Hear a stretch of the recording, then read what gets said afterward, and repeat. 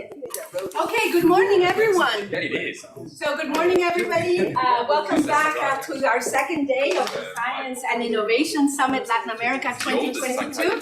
It's very, very nice to have you back here today. And we have a really nice and more dynamic day planned for you on the second day of the summit. So today we're going to hear a roundtable on business and environment, where they're going to really hopefully have some heated discussions about Coca, tobacco, cacao, and lithium. Afterwards, we're going to have a panel that's going to discuss and present more how to stimulate more science and innovation through startups and new technologies. And we're going to have 3 of our AIT startups presenting today from AIT Mexico, AIT Brazil, and AIT Colombia. We're going to have a small, short coffee break, which is going to be right outside. So the Mensa, the cafeteria, is going to set it up hopefully right outside for us. If not, it will be very close by. And for the bathrooms, those of you that still haven't familiarized yourself with this wonderful space here at the square, they are downstairs. So you can just walk to the left. And if you go downstairs, that's where the bathrooms are. It's a bit of a hike, so give yourself 1 or 2 minutes extra time to go and come back. Then we're going to have a World Cafe, where we really want for it to be much more dynamic and interactive. We are going to present the different associations in Switzerland that work with the Latin American region with research.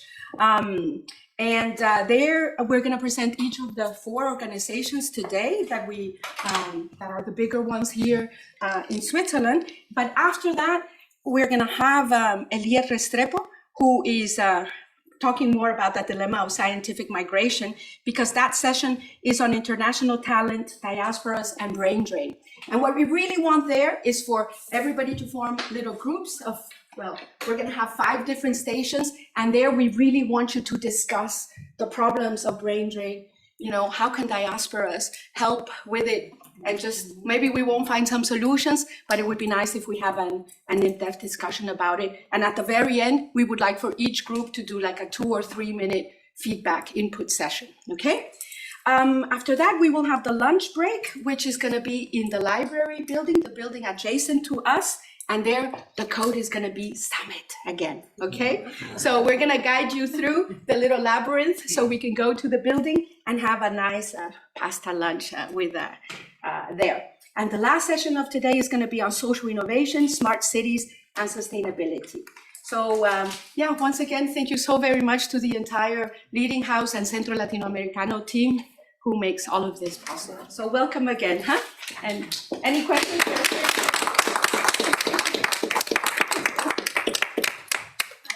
I think takes over.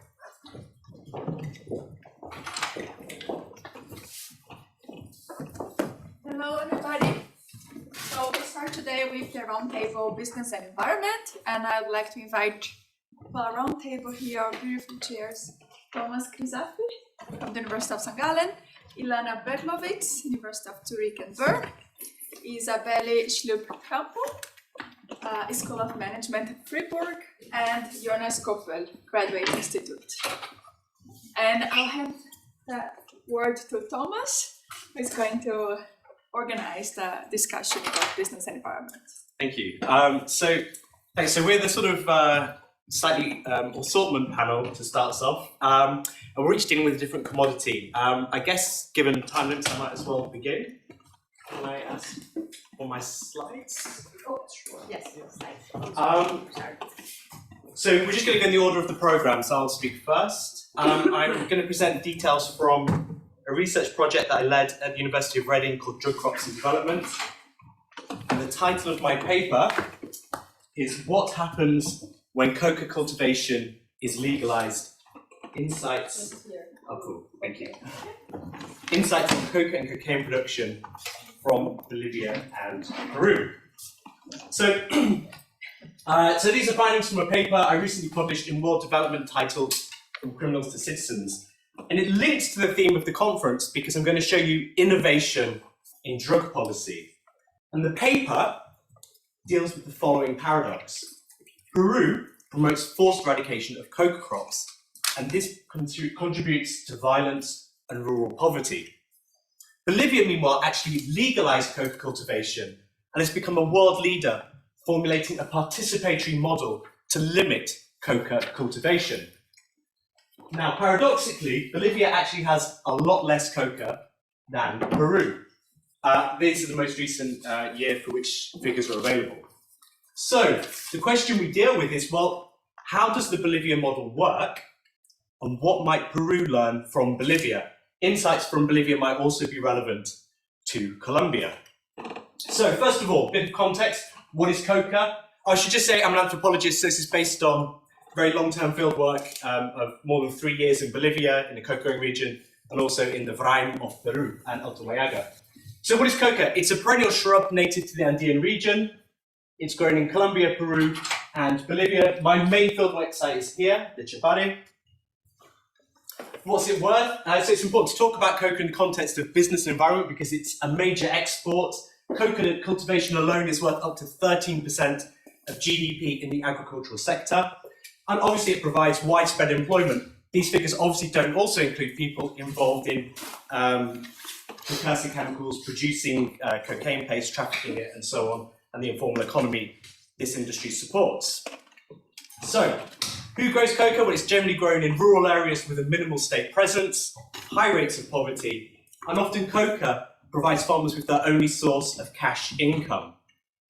Well, of course, as you probably well know, coca has many traditional uses in Andean indigenous culture, present in many life cycle rituals from birth to death. But of course, most of the crop gets packed into bags, soaked in gasoline and a range of other chemicals to produce cocaine paste, which is refined into pure cocaine. The US response in Colombia has been aerial fumigation, but in Bolivia and Peru it's mostly been forced eradication. That means sending military conscripts into coca fields to manually uproot coca plantations. USAID also promoted historically alternative development in coca growing regions to basically substitute illegal crops for legal ones, but they've generally failed for a host of reasons I will not go into now. Now, if you eradicate people's crops, denying them their only source of income, and you don't provide them with anything sort of suitable as an alternative, it creates violence, and if you turn the military against the civilian population, it opens the door for the violation of human rights. And these are images from the Chapare in the early 2000s, where we kind of see the consequences of forced eradication policies. So, more to the point, forced eradication has had minimal impact on coca acreage. So we have the balloon effect, you eradicate here, but given the high price of coca, cultivation simply expands elsewhere, and the supply of cocaine reaching markets in Latin America, North America, and Europe is as robust as ever. So, what would a better policy look like? Well, since 2006, Bolivia, under the government of Evo Morales, has advanced a radical alternative, often referred to as coca yes, cocaine no. And the policy aims to revalidate coca while simultaneously suppressing cocaine. And what they've done is they allow registered farmers to grow a limited amount of coca, known as a Cacao, which is 40 by 40 meters. The farmers in this program have been given land titles by the state, and the state has put a limit of 22,000 hectares nationwide for coca cultivation. How does it work? Well, first of all, they've taken the military out of the equation. In the Chapare region of Bolivia, they have very well-organized coca growers' unions, and those unions have been empowered to self-police to ensure that nobody grows more than the 1 Cacao limit. Also, there's a civilian institution, government institution that overlooks, kind of provides oversight, and that incorporates union leaders from this farmers' union who grow coca. The other thing they've done is they've flipped the model for development. Instead of kind of making development assistance contingent upon prior eradication, the front-loaded development assistance, investing and expanding state presence, so investing in schools, roads, health clinics, factories to process things like orange juice and so on and so forth. And they've envisaged the industrialization of coca for legal products like coca tea, liquor, and panettone. Does it work? Well, Bolivia certainly has a lot less coca than anywhere else in the Andean region, and it's the only place that has legal coca. And on the whole, well, until recently, for a long time, they did keep it close to the 22,000 limit that they set as their goal. Now, But more importantly, there's been very few human rights violations since its initiation, a sharp decrease in extreme poverty, and an increase in access to basic services. And this photo tells a lot. The inversion, the changing relationship between coca growers and the state. Here, rather than being repressed, we can see coca union leaders giving commands to the military. So it's a very different kind of model. And peasants are diversifying farm use. Why does it work? Just give me 30 more seconds, please. Coca growers now have land titles, so they have something to lose, because if they grow more coca than they're allowed, they lose their land. They also understand that if coca cultivation is kept to a limit, the prices will go up, and this has certainly been the case if we compare the price of Bolivian coca to Peruvian coca. They also fear a return to forced eradication, so they have a vested interest to prove to the world this can work, and also because of the development model. Limitations, of course, some people do not respect the limits. There's really no export market for legal coca products, which I think could be an interesting conversation we could have later. How to open those doors. The UN banned actually the export of coca. And coca is still feeding into the cocaine trade. And now, since Morales left office in 2019, farmers have become less committed to the program. The trust in state, for a whole host of reasons we can go into later, has broken down. And the coca acreage has been increasing. We haven't got the latest figures of exactly what it is at the moment. So, what about Peru? Could Bolivia's model work there? Well, as part of our study, we arranged for delegations of coca growers from Peru to visit Bolivia to learn about the Bolivian model, and they expressed interest in it. But through comparative fieldwork, we found that Peru's weak agricultural unions make it difficult to implement. There's a severe lack of trust in the state in coca growing regions of Peru, where armed actors still operate in the Vrang. And there's a very restricted domestic market for legal coca. So, in sum, Bolivia's model is more effective at reducing coca than repression. Community control requires strong grassroots organisation. Farmers have to have trust in the state. Now, Peru really can't copy Bolivia exactly, but it provides some valuable insights into how a different model might be achieved. Apologies, I went over. Thank you.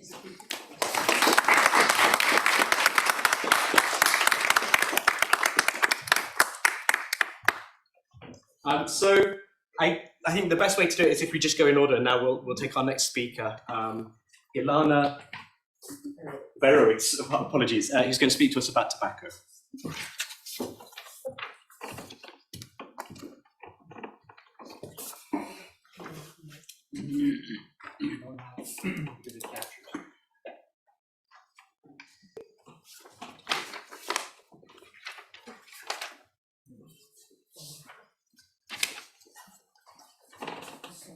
So if you think that you need a microphone, I could give you one. Do you hear the speaker very well? Can you hear me when I speak like this? Very well. Yes? Okay, great. So, I'll jump right into it. First of all, thank you so much for having me here. It's really a pleasure and really a wonderful event. I'm really happy to tell you a little bit about my work on tobacco. And of course, all of you know, tobacco smoking is not a healthy thing. It is associated with increased risk for non-communicable diseases. It is highly addictive. And with over 1 billion smokers worldwide, it is considered one of the main public health problems on the planet. Now, surprisingly, while I was doing research in the Peruvian Amazon over the last 10 years, studying indigenous or traditional medicine systems in the context of mental health, so I'm a clinical and health psychologist, I should say, I discovered that in this region, tobacco is understood and used as a medicinal plant. It is highly esteemed in this region. It is considered a master plant. For instance, the Amazonian Quechua people, it is considered the father of all medicinal plants, and it is the main curing tool of Amazonian healers. In fact, the link between tobacco and medicine is so close in Amazonian medicine that in several indigenous Amazonian languages, the etymology of the word healer is linked to the word for tobacco. For example, for the Yuracare people, the word for healer literally translates into he who eats tobacco, or for the Ashaninka or the Machigenga people, the word for healer translates into the one intoxicated by tobacco. The plant is used in different forms, so liquid preparations, solid or smoke form, and via different routes of administration, for instance topical or oral ingestion, to treat a variety of health conditions. So just an example, in the somatic domain, it's used for skin worms in topical application or for intestinal parasites. And in the mental health domain, which is my focus, my research focus, what stands out most is a liquid tobacco extract that they use for oral ingestion.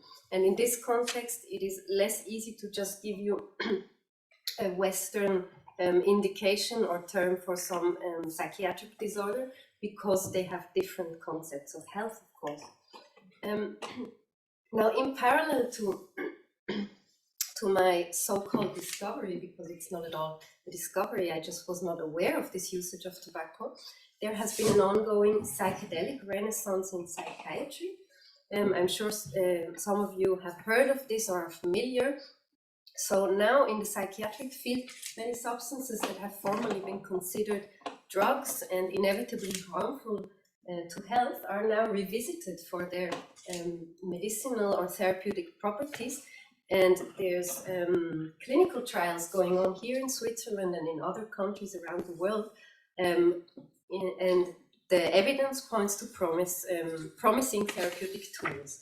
So this has been present in the media and with publication in high-ranking journals.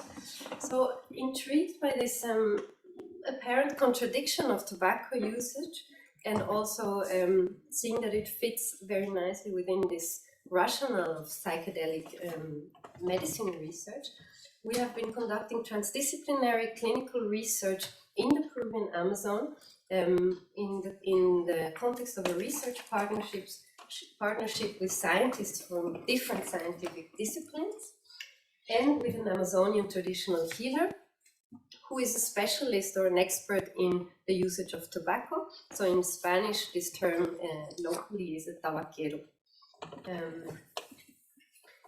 So we have conducted clinical field research together in the Peruvian Amazon to find out how the tobacco plant is used in Amazonian medicine of this region, and what the effects are of this liquid tobacco remedy, and what are the mental health outcomes of patients that get treated with this tobacco preparation.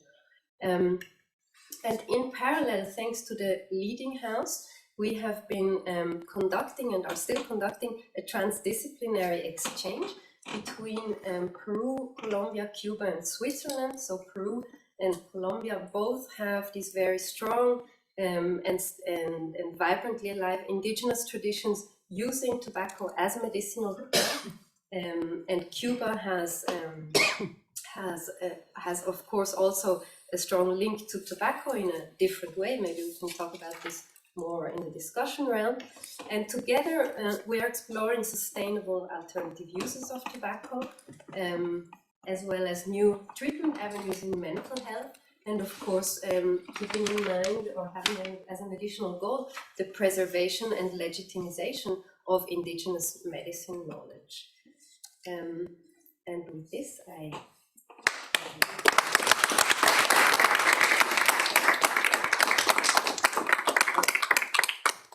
So just to introduce our next speaker, it is we have Isabel Schlepp-Campo from the School of Management in Freiburg, who's going to talk to us about cacao, not Coca.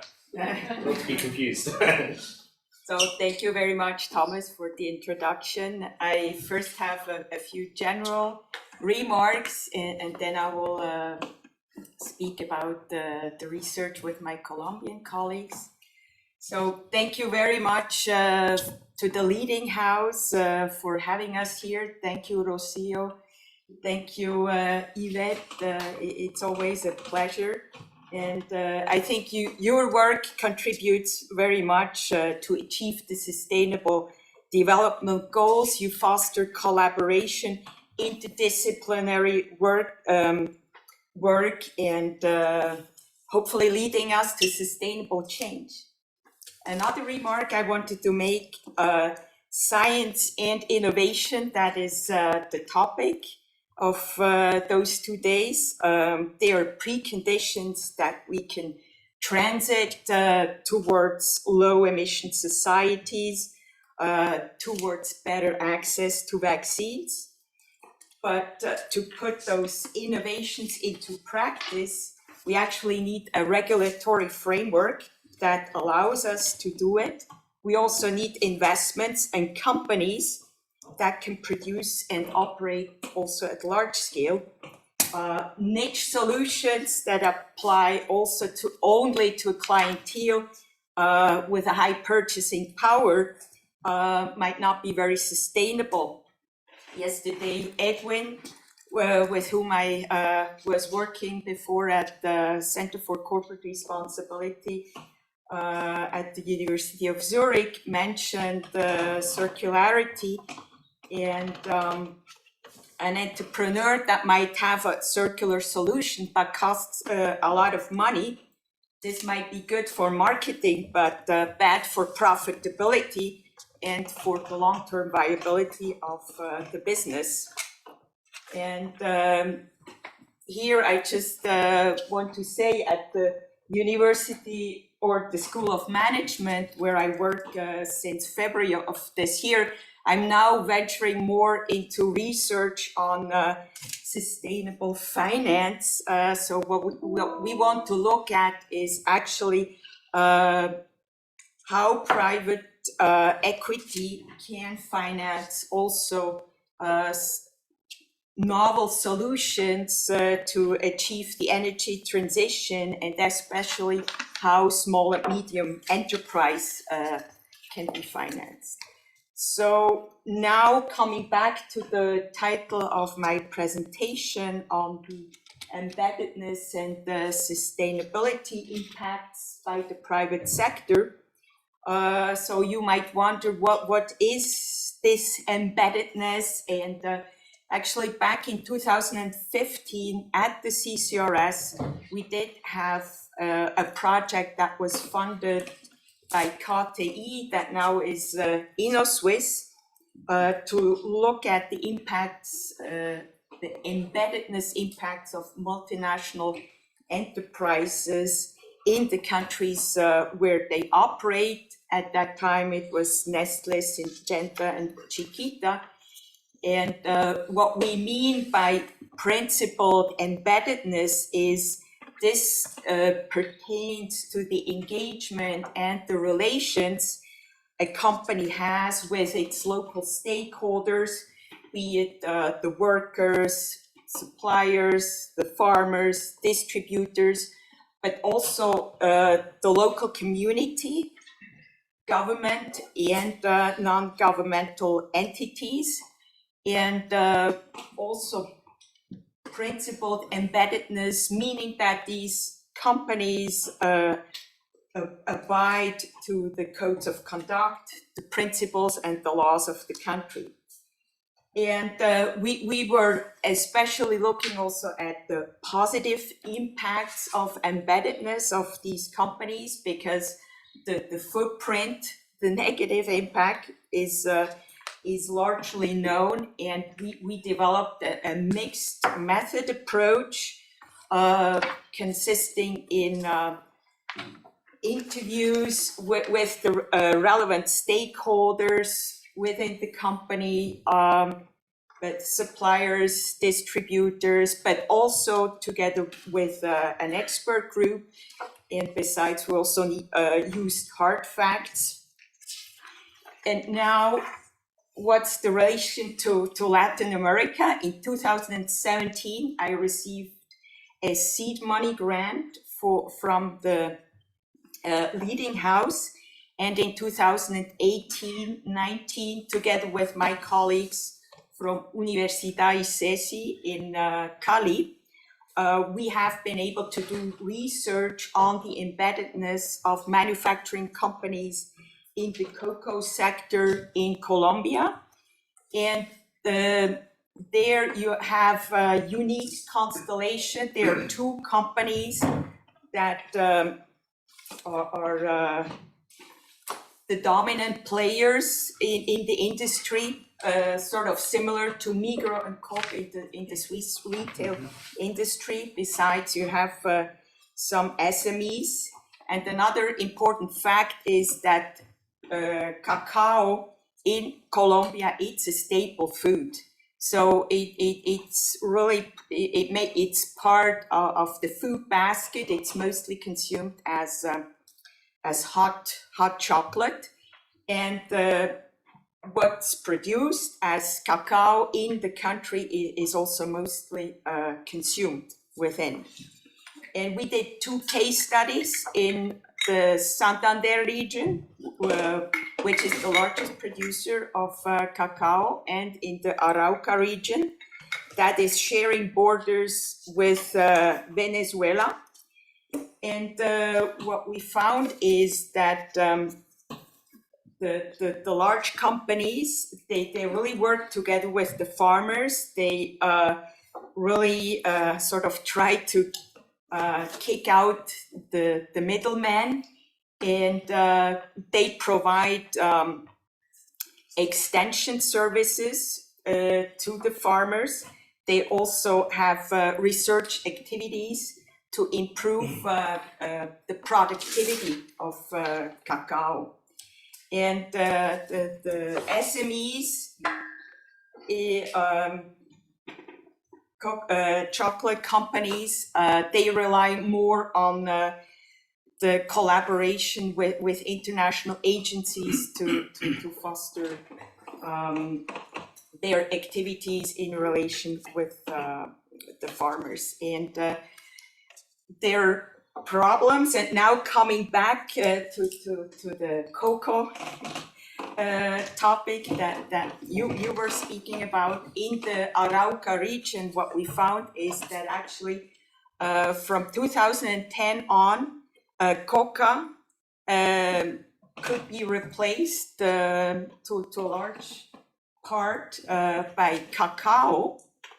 And my colleague Stella Maldonado in 2018, she could do research, she could do the interviews on site. And we also started to work on a paper that we titled Cocoa as a Substitute for Coca, the case of Arauca. It's not published yet because actually the security situation has changed very much. And this again has a huge impact on coca and cacao production. And so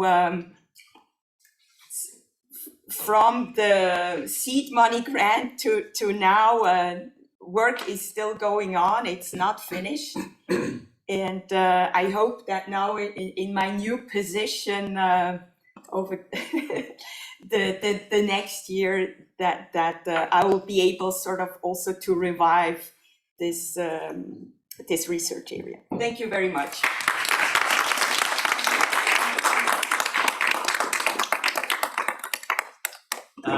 And now to introduce our final speaker, who is Jonas Kuppel from the Graduate Institute in Geneva.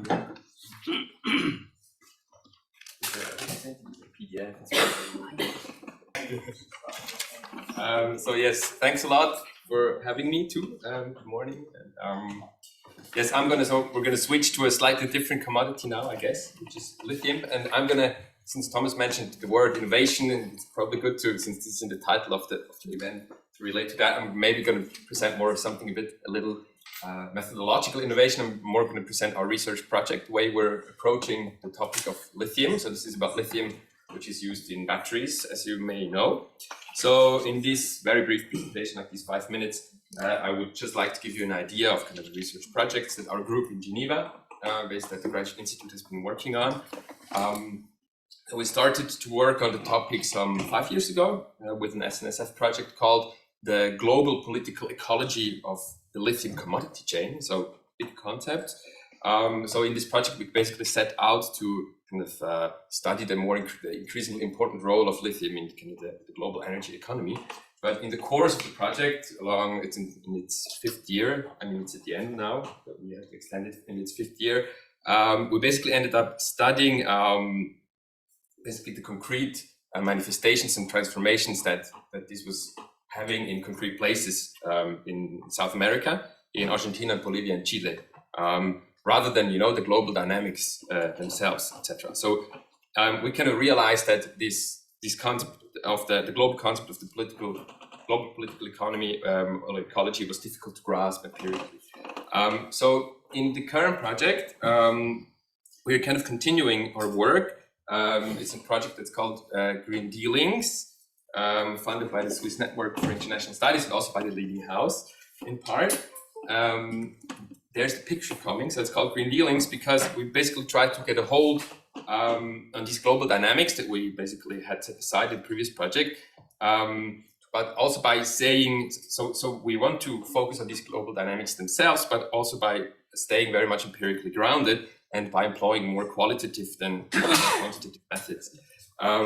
So our project, so this is the first slide. In 5 seconds. 5 seconds. Yes, so this is green.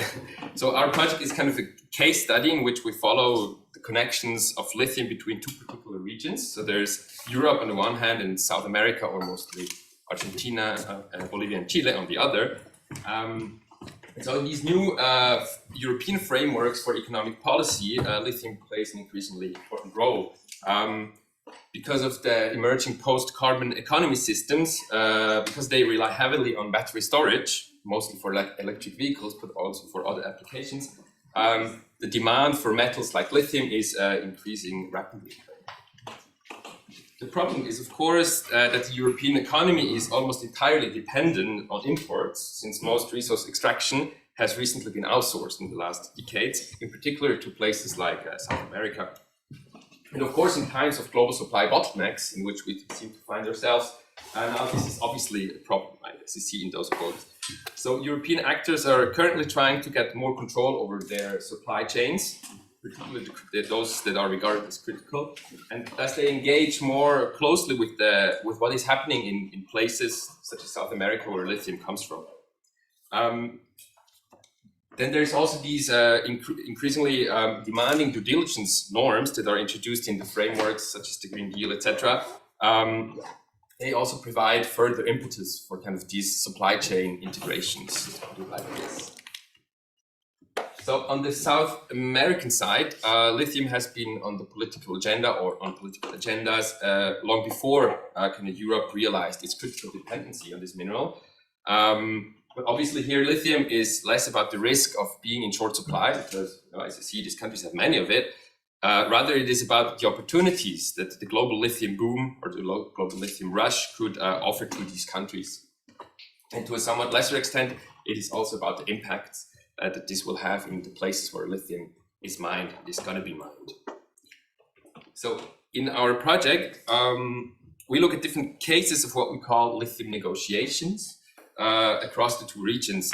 So this includes projects of regional cooperation, like the European Alliances for Batteries and Raw Materials on the left side here, but also something like bilateral agreements, like in this example between the presidents of Bolivia and Argentina, who were in this meeting talking about an acuerdo sobre litio. But it also, negotiations in the way we kind of conceive them in the project, can also take very different form, like street protests against lithium mines. In this case, on the left side in Argentina, and on the right side, this is in Serbia, actually, just recently against the plant mined by Lithium. So to end, what we're currently doing basically as a research network or as a project, to study these kinds of negotiations takes basically three forms.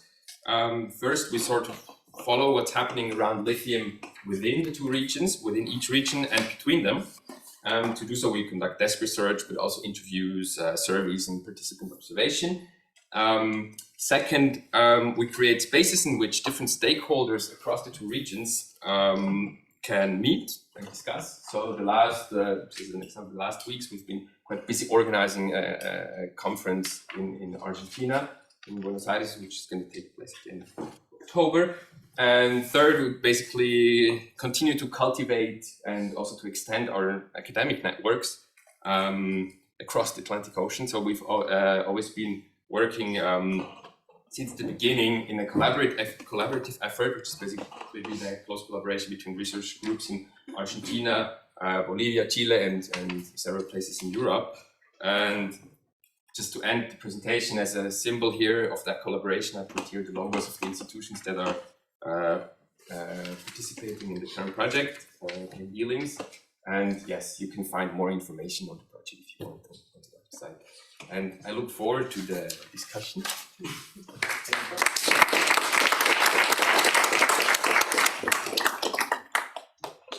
Okay, so thank you, Jonas. So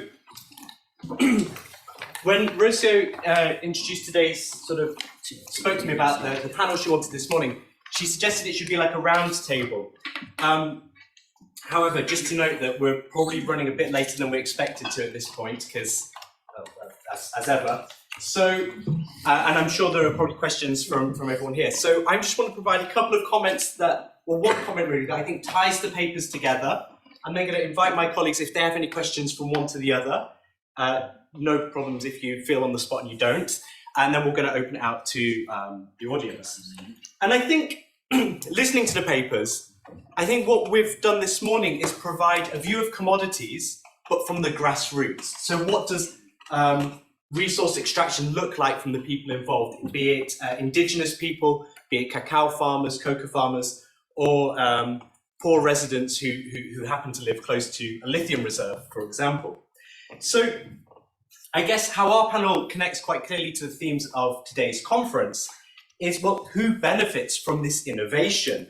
In the case of tobacco, we've heard the story from Ilana about tobacco being used as potential future pharmaceutical uses, I suppose, to address clinical problems, right? And then the question then becomes, well, if you're drawing on indigenous knowledge to develop new products that then be sold on European markets, who benefits from that? Is there any way that actually also these kind of very marginal communities can also have a stake in the money and the profits of these enterprises? I think in the story of Isabel, we hear about cacao farmers, and I was really fascinated about the story that cacao can replace coca, because it's been tried time and again in many different places, particularly in Alto Huallaga in Peru, in Bolivia, in the Yungas, and it generally hasn't worked. But I think what you're telling us is that if you invest in the community and you put factories not in the city but in the coca growing region, then actually you can redistribute capital more fairly. So maybe that provides a route. So about and then finally lithium again, and that's the perennial question of extractive economies, right? Who gets to benefit? So I think that's kind of how our papers tie together, perhaps. I will now open to my colleagues if they have any questions of one another, and then after that we'll move to the audience. I would just like, if you allow me, a short comment on what you were saying. So you were suggesting that this kind of research with the tobacco should lead to pharmaceutical application, and that's exactly what I am trying to avoid, to kind of decouple the tobacco from the indigenous usage, because precisely the point that you're mentioning is, I think, is of utmost importance in this context, that really this usage and knowledge that comes from a certain people or region with different indigenous people stays there, and that if anyone will ever make profit from this, it will be them. So that's kind of my challenge in my research, to make sure, because the model that you were suggesting is the dominant model, and there's a lot of debate about it. So thank you for mentioning this and giving me the opportunity to clarify this point. Yeah. Actually, I have a question for you on the lithium that we need for batteries, our cell phones, and that also has detrimental effects for the environment. And out of the research you have done so far, do you have any recommendations for policymakers or In terms of the extraction, you mean? Or? supply chain management? Yeah, I mean, it's always difficult to get to this point of making recommendations, right? But I mean, we've seen, I think, so this, in terms of the supply chain management, that's something that's very much on the top of the agenda of the European agenda, above all, but also of other, like of the US, etc. too. These due diligence norms, there's new standards emerging, etc. So if companies kind of want to do their part and their responsibility, there is ways, there is ways even being dictated by law by now, in the battery sector in particular. These due diligence norms will be compulsory in the next years. So in that case, I think that side has been covered actually. I think is being covered.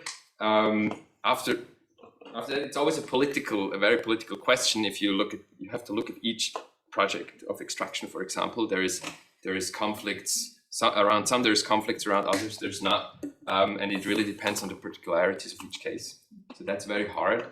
I think from a let's say business perspective, because it's a political question in the end. I'll add, maybe I can add my question right to that, because mine was related to that question of policy and the political, and was going to Thomas mostly, but to you too actually. I think because I think in all of them there's the business aspect, there was the environment, but then there's the policy and the politics around it always. That's kind of the elephant in the room maybe. And I like Bolivia is always an interesting case, and since Thomas and I are working both on Bolivia. You have this large ambition by the government, right, to change something fundamentally for Coca, right? It's related to Andean visions of the traditional, etc. But for lithium too, in Bolivia, it's about Bolivia has a state lithium project that basically seeks to produce batteries in Bolivia, right, and not export lithium, but to produce batteries in Bolivia.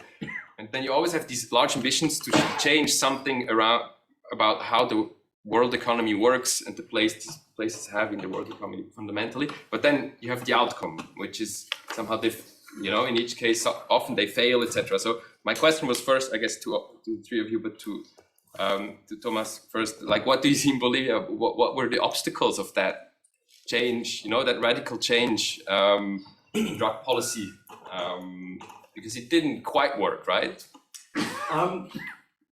Well, I think that, thank you for that question. I suppose probably the elephant in the room is, of course, cocaine production.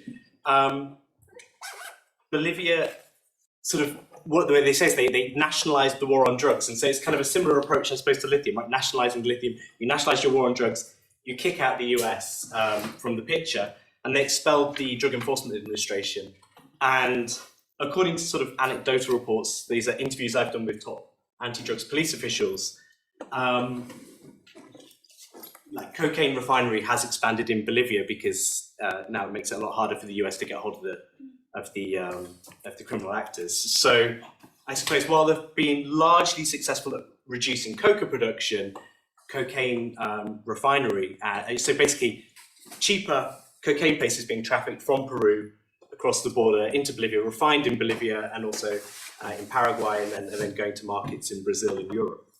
So I guess that's probably the sort of danger with that model. Yeah. If we don't have any more questions to one another, I will. Oh, sorry. Do you want to answer? Yeah. I was just wondering, because now there's, like, in the world there's a sort of movement towards decriminalization of drugs, and how do you think, if that keeps happening and if that kind of establishes itself, how would that affect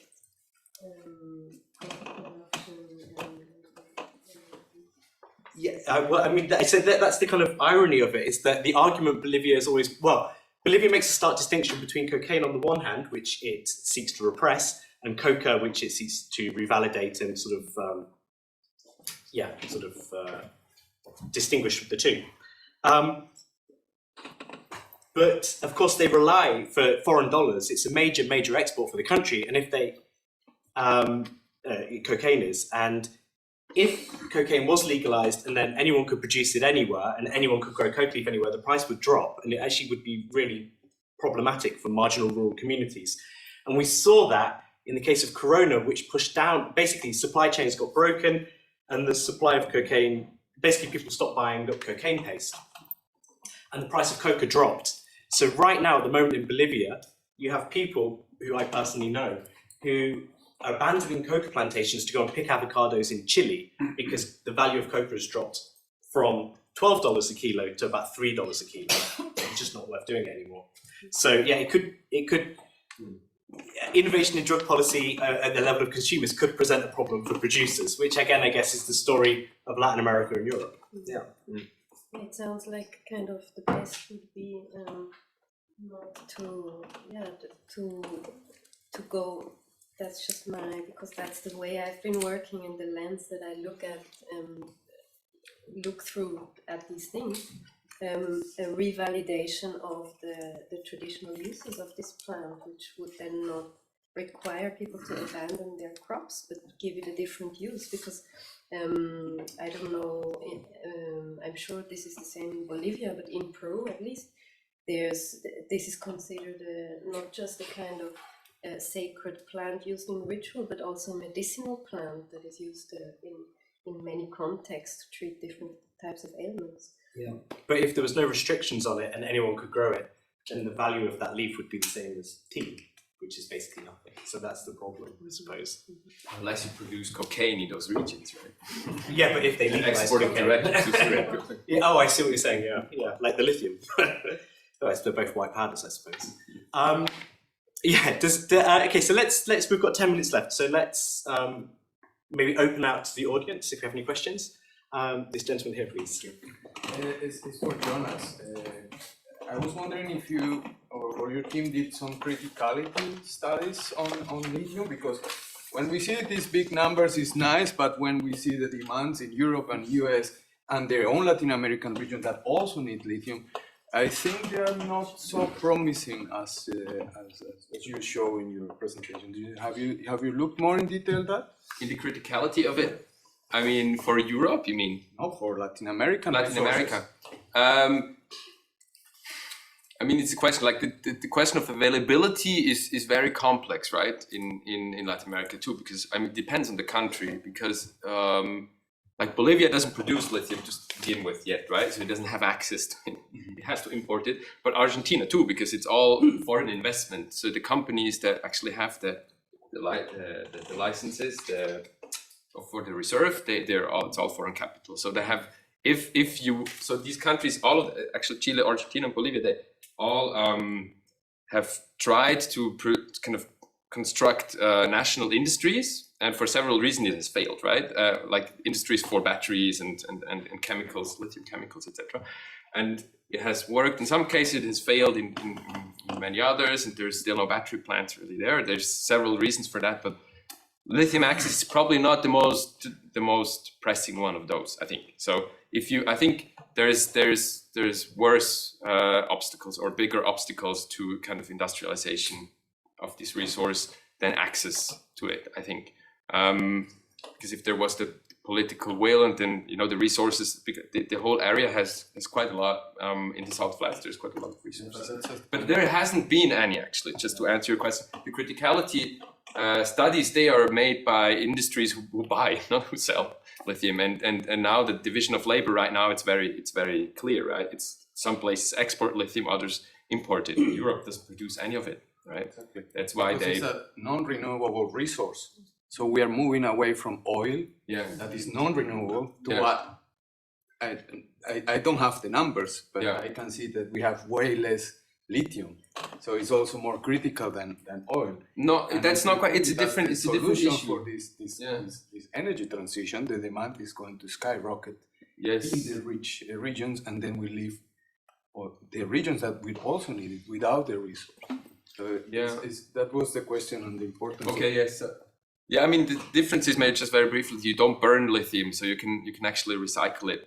That's the big difference, right? So there's bottlenecks. Right now, the price has skyrocketed because there's supply bottlenecks. But in the long run, in the next 10 years or so, this like markets That's how markets work, right? Usually, those will disappear and the price will fall. I think, but obviously, yeah, access to renewable energy technology, etc., is a big issue. Energy poverty, etc. I wouldn't relate it directly to lithium. I think I would not stretch that relation too much. It's being done politically, like in discourse, etc. But I wouldn't stretch it too much, the direction. Or we can talk about it later. Thank you. Any questions? Yeah. Thank you for this very interesting set of presentations. I just want to continue on this issue of biopiracy, and maybe it's also geopiracy, I don't know. But because in your explanation, Lana, you said, well, actually, this is not what I want to do. But do you see that the indigenous people in their own way are taking measures to prevent? Because if, for instance, American pharmaceutical industry is trying to get that, they go for it because it's a huge industry considering the mental problems of today's societies. Absolutely, yes. And like in this, for example, in this psychedelic renaissance that's happening at the moment, this is precisely what is the case. So, for example, psilocybin, which is derived from mushrooms that have been used in Mexican or Central American indigenous traditions, were introduced to Western scientists by a Mazatec indigenous healer. Yeah. And what today we can see are pharmaceutical companies and entrepreneurs that are starting to make a lot of money of this, and not the Mazatec. So this is it is a key issue, and I've just been at another conference where this was the topic. So these innovations in mental health, and many researchers in their presentations would mention the importance or the necessity of mechanisms for reciprocity or benefit sharing, but actually doing it, I have seen very little. And so it is a difficult topic. With tobacco, it's a little bit different because this is already all over the world. It's not something that you can really protect from being extracted or something like that. So it's more about the usage, the different kind of usage and the knowledge. And there, I am hoping that we can link it, because the usage very clearly comes from these groups, that we can link it. But yeah, I'm no expert in IP, and it is a topic that I have to find help with to manage. Yeah. But that's certainly the reason also why I'm very, very cautious in making any steps towards application. Or so. As I told you before, I loved your talk of yesterday, because this is exnovation. This is not innovation. It is absolutely exnovation, and So it is something that will accompany me in the future. I think following exactly on that point, don't you think that it would be great to have the reverse transfer or copying? For instance, we have InnoSwiss here, which promotes taking discoveries into development, to have something like InnoPeru or Exnovative Peru in this case, to have these developments done locally there by the actors, the traditional healers. Yes, thank you for this point. Absolutely, that would be the best thing. Yeah. Yeah, I would like to add regulatory framework once more. It's so important that you actually can do your work, and then adding entrepreneurship into it. That would be really the solution. Local entrepreneurs, creating new goods, services, creating value added for the locals, that then you can, go towards this inclusive growth. And I think that there we still have a long way to go. And for this, interdisciplinary work is crucial. And that also links to the paper on lithium, because Bolivia is also making attempts to do value added in Bolivia. No. With lithium, but also with Coca. With Coca too. They have a Coca factory to produce Coca panettone. No one wants to buy it. That's the thing. There's always these obstacles, right, that are often out of beyond the control of the actors implementing those policies and frameworks. I think it would be the same for if you did the same, for the mushrooms or tobacco, maybe not. But some plants there, for example, under international drug policy, but you can kind of steal them and put them in a lab in Europe and then synthesize your own medicine and make a lot of profit out of it. But you could not produce the crop and export it, export to produce or something with adding value. Yeah. Okay, so we have 2 minutes until 11, so maybe that's quite a good point to wind ourselves up on, wrap up on. I think Isabel has a really nice kind of model of kind of adding value. It's not my model. in Latin America. Maybe that's what ties the papers together. So just say thank you to our panelists and thank you to the audience for the questions.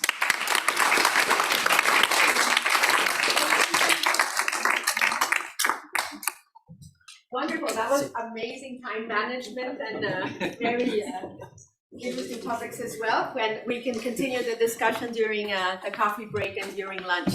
So now we're going to make the transition from commodities to new technologies. And the next section is titled How to Stimulate More Science and Innovation Through Startups and New Technologies. And here we're going to have Joao Silveira presenting online. He wanted to join us, but unfortunately he could not. So we are fortunate that we're able to stream him. Afterwards, we're going to have 3 presentations, 5 minutes each, from our 3 wonderful AIT startups, and they'll tell you all about their new technologies.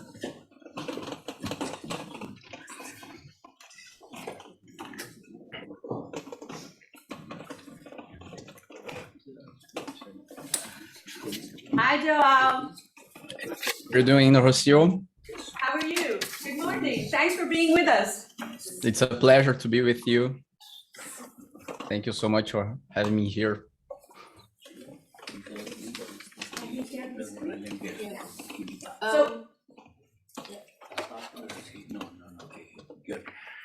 So I think we're ready whenever you are, Joao. Okay, let's do it. I will just see if it will be easy to share my screen. And let's begin.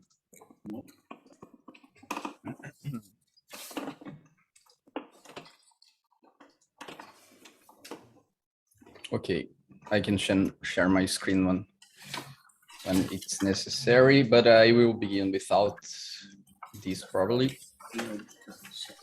Okay, so thank you again for having me here. It's a pleasure to be with you. I would love to be with you face to face this morning.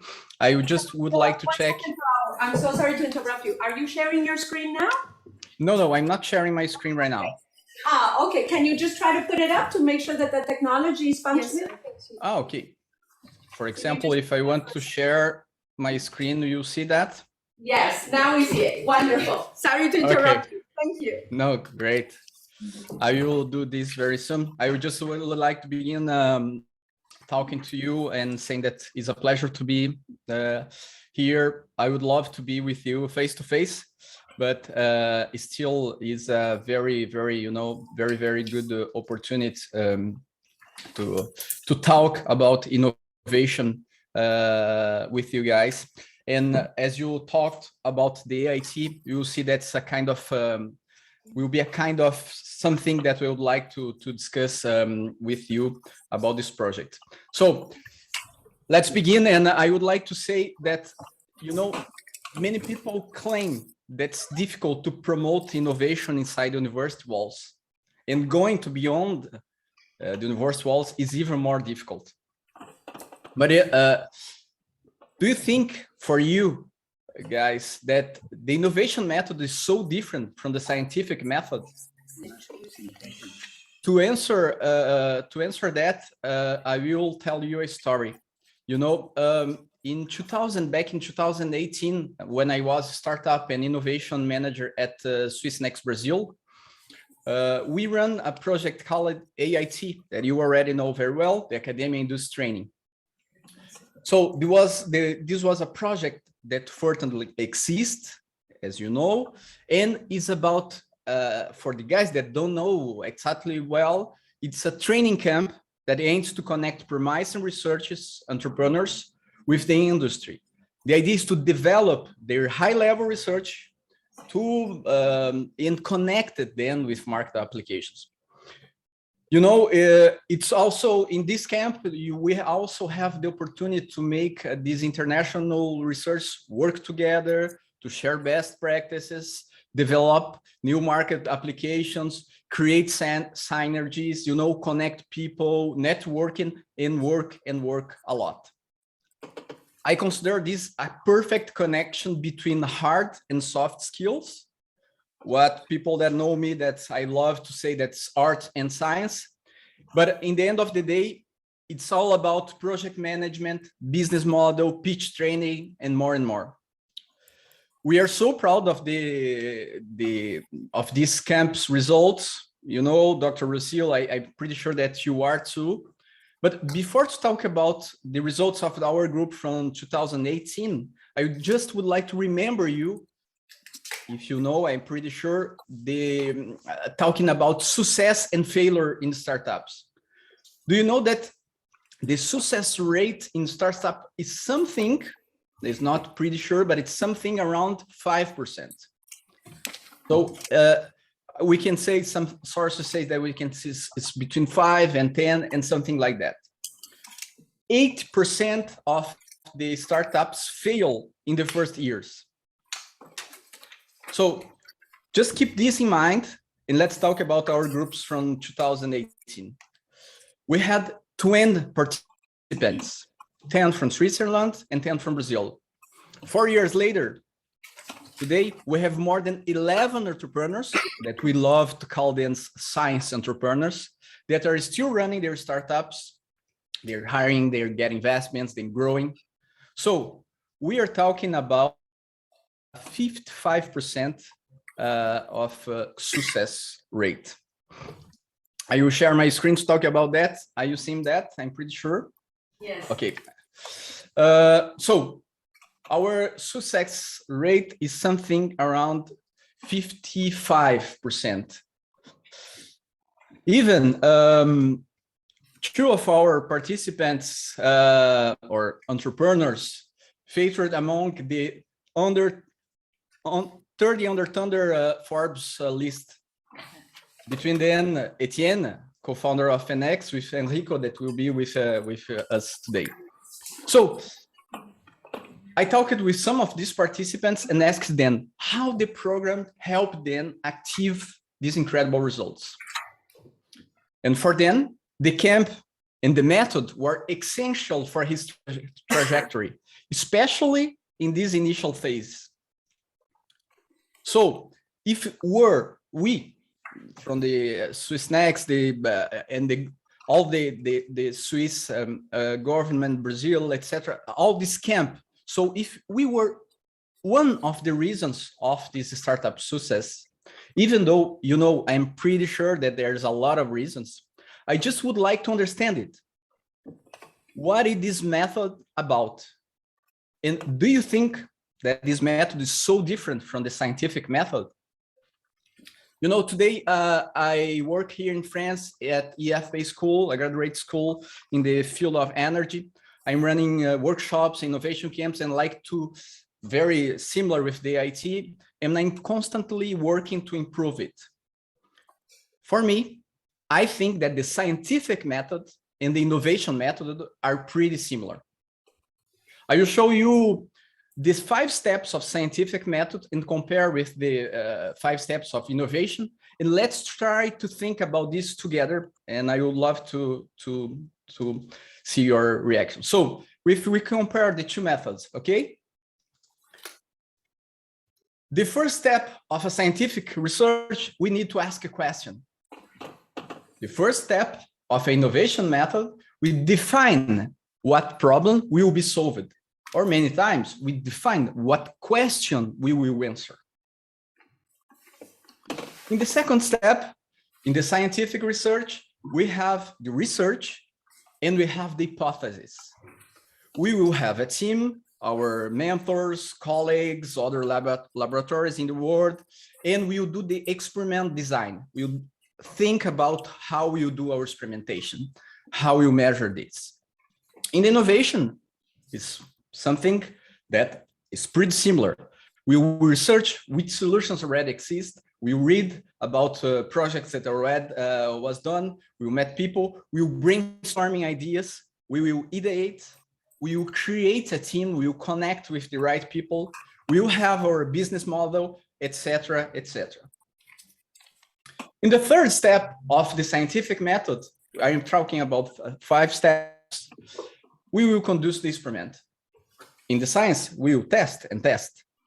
In the innovation method, we will prototype and test. We will prototype and see the results. If we go for the 4th step, in the scientific, in a scientific method, we will analyze the data.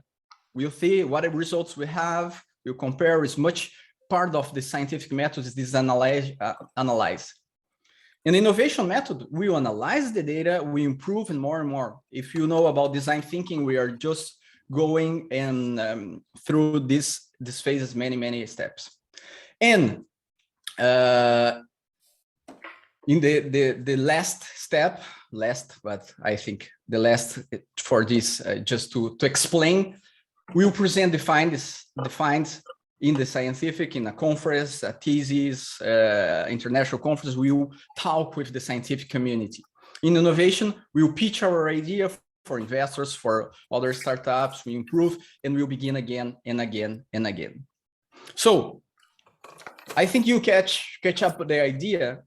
And as you can see, in the end of the day, the scientific method that universities know very well how to do is not so different from the innovation method that startups in the Silicon Valley are doing. For sure, I'm oversimplifying, because the point is there's no miracle. Universities and governments need to invest energy and resources to promote the innovation spirit inside the university walls. And for innovative projects go beyond these university walls, is not so different from the scientific discovery, you know? In the end of the day, it's necessary to have a method. It's to have something like we had in MIT, many others. We need to have a method to develop these ideas. It's essential to invest permanently.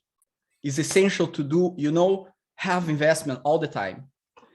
And the most important thing, the desire to innovate must be a priority. Is this that we'd like to share with you today? Thank you so much.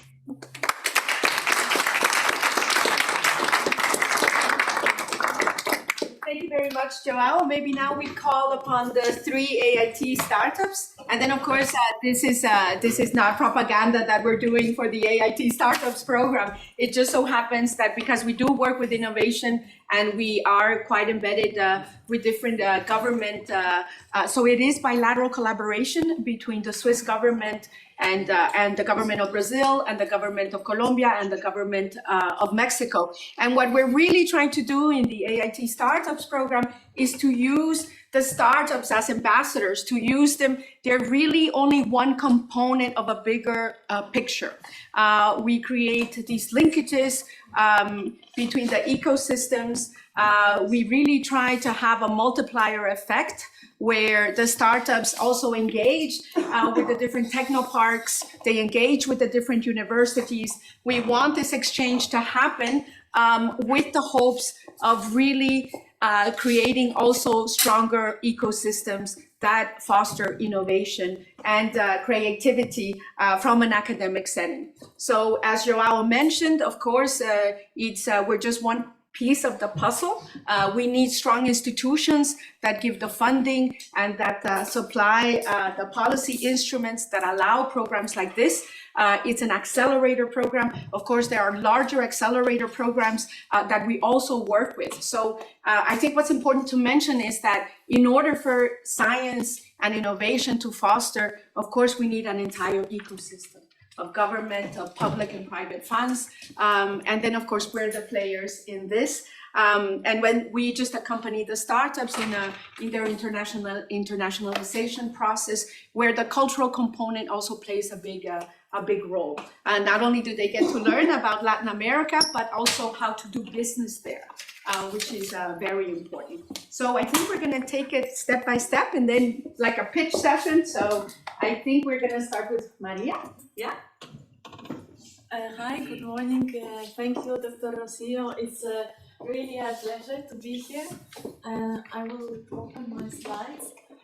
We are a startup based in Basel, and we joined the two AIT programs, the program in Brazil and program in Mexico. And we are a digital health startup focusing on diabetes.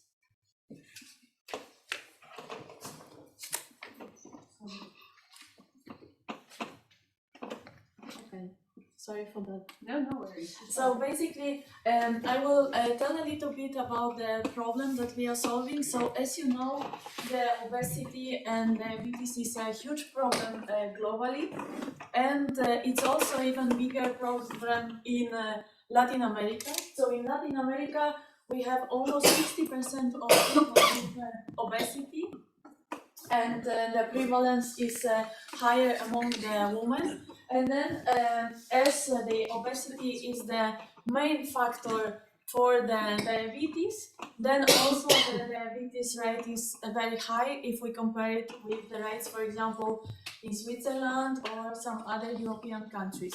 So we have the rates of obesity of 19%, and here also we have the higher rates among the women.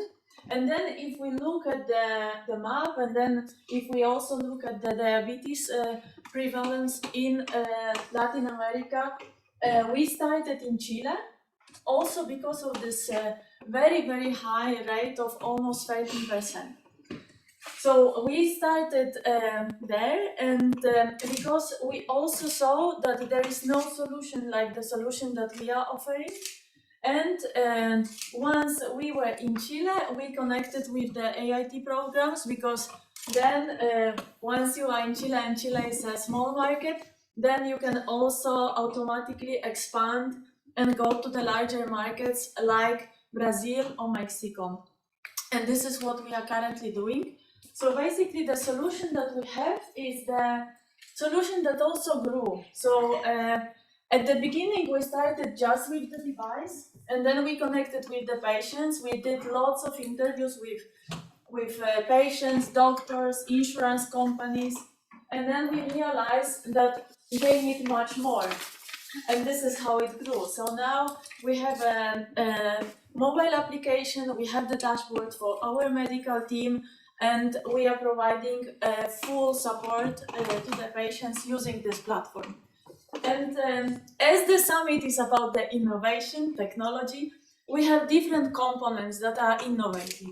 So we have, first of all, the innovation in the business model. And this was also something that we learned from the University of St. Gallen, from the different cards. I don't know, like if you had like those cards that University of St. Gallen produced.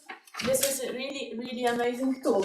So we have this innovation as we are providing health programs to the patients. So basically it's a subscription model. They are not buying the device, they are not using just the app, but they are buying the subscription model that involves the device, the consumables, the digital coaching, and basically everything that is included here.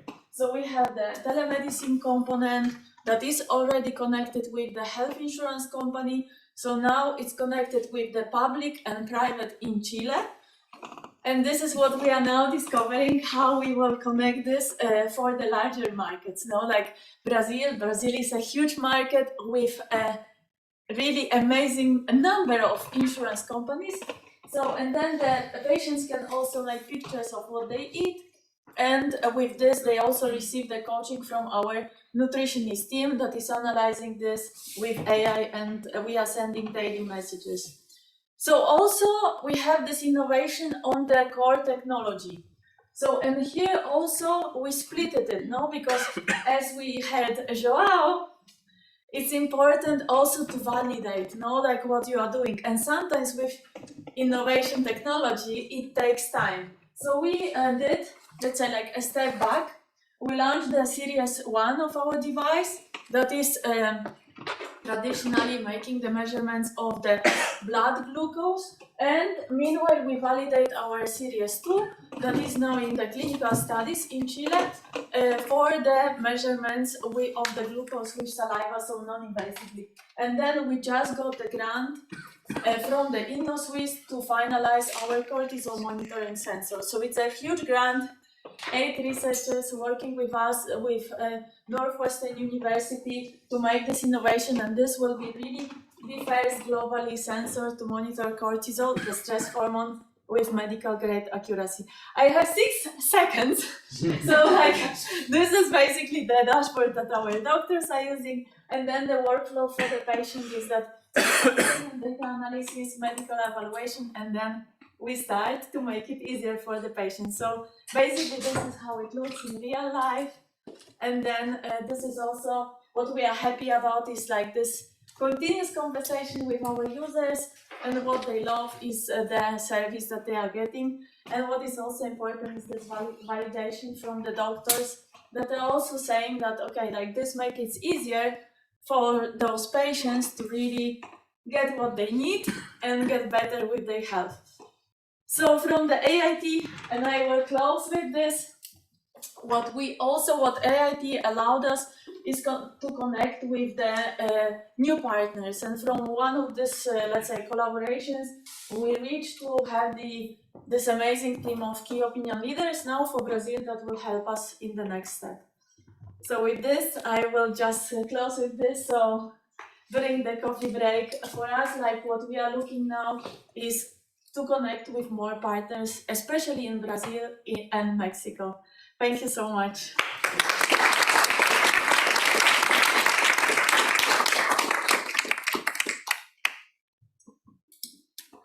So next we have Enrico.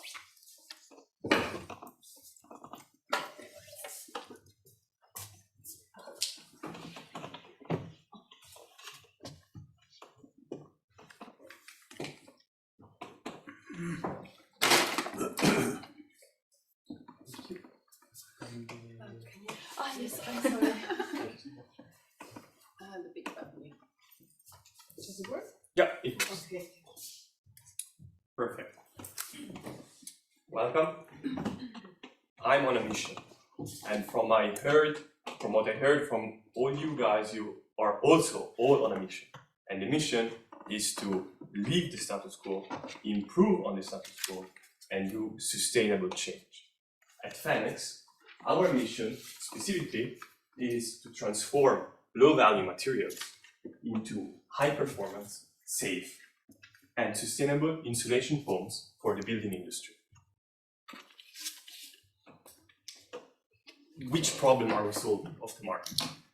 There are several challenges in the thermal insulation market, and we manage with our solution to address both the high cost, the flammability, and the high carbon footprint of our competitors. How do we do that? Our first product is this mineral foam. So we start from mineral waste from the construction sector. So we are reusing a resource that nobody wants and is therefore cheap. We add water and our additives, and we create these panels. And these panels are non-flammable because they consist of 3% of minerals and 97% of air. Then we have an innovation in the production process that lets us produce these foams at low temperatures. We don't go above 100 degrees. They are recyclable because they're all mineral. We can crush the foams at the end of life and reproduce the same panels. They're very light, they are competitively priced, and they have remarkable insulation properties. You might ask yourself, what brought me here? And now I switch a bit on my background, because I'm also, as Rocio likes to say, a science entrepreneur. So my background is in material science and engineering. So I studied at ETH. There in the lab, it's super cool because you are very close to where the innovation, where the ideas come from, but you quickly realize that the link to bring these innovations from a scientific lab to the market, it's not always there. So then I moved towards what Cacao was saying before, design thinking, we were there. So the innovation process and then product development. So you need to hear the voice of the market to be able to tune your innovation, your scientific research, to be able to have an impact, to be able to have customers that want to buy. And the last part is then you can start to think of founding a company. And I did so with Etienne, that was mentioned also by Joao before, our CEO and one of the co-founders. And you quickly realize that it's not enough because you have to find investors. You have to know about IP, about the legal issues, about human resources, how to find the best people, how to convince them to come to work for you. And this is something that you don't teach in school, usually. But there is the Venture Lab that has very good courses, and the IT Colombia as well. And here, in the end, what all this boils down is the mission for the science entrepreneurs is to bring innovations from the lab to the market. But there are several steps that needs to be covered. Going to the IT Colombia, what did I learn there? And here I have a few pictures to give a sense of it. So at first, I think the big congrats to our CEO for the amazing organization. And also during the trip, we enjoyed so much the local culture with the other entrepreneurs from Colombia. It was so much fun. One thing that really I think we can learn here in Switzerland is the Medellin startup environment. What they do there, they have the different universities, but the startup hub, it's not of a university, but all universities go to the same place. So you have the ones from HSG, the ones from ETH Zurich, the ones from University of Zurich, all in the same place. And then you don't have only the scientists that know about the scientific process, but you also have the business people that know about the pitching, about the business models. And that's, I think, something that we have to have more here in Switzerland. The other part is how the Swiss government with the CERI, we were at the Swiss Embassy in Bogota. So it's very clear how the innovation part, it's very high priority for the Swiss government. And I think this is also why Switzerland ranks amongst the top innovation countries in the world. Here, you mentioned it as well. The st.gallen Startup Navigator and the other startup tools about the business models, about unit economics. I think Rocio mentioned it 25, 30 times during the Colombia pitch. And the other aspect is the presentation skills. And the difficulty coming from the science is that you have to switch from talking to other scientists to talking to investors, to talking to decision leaders, politicians, and that's a very different talk. And last but not least, we realized, talking to the local entrepreneurs, that there is potential for, in construction, ways to be used as a resource. There is a law that requires to recycle construction and demolition waste. The thing is, insulation materials, thermal insulation materials, is not very much used in Colombia for the moment, but there is potential there for sure. I see my time is up since a few minutes, but it was in 2020, so we founded the company in 2019, and now it's already 2022. We moved out of the lab. We had to set up a whole pilot production plant. That's also a big challenge there.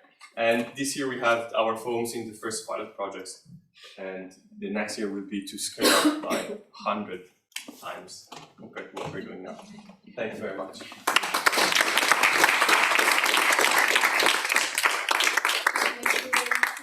I never thought that Juan Velez sombrero photo would ever become public. There was good coffee. We had amazing coffee with you. Yes. And everyone had a sombrero picture. Not just Rocio.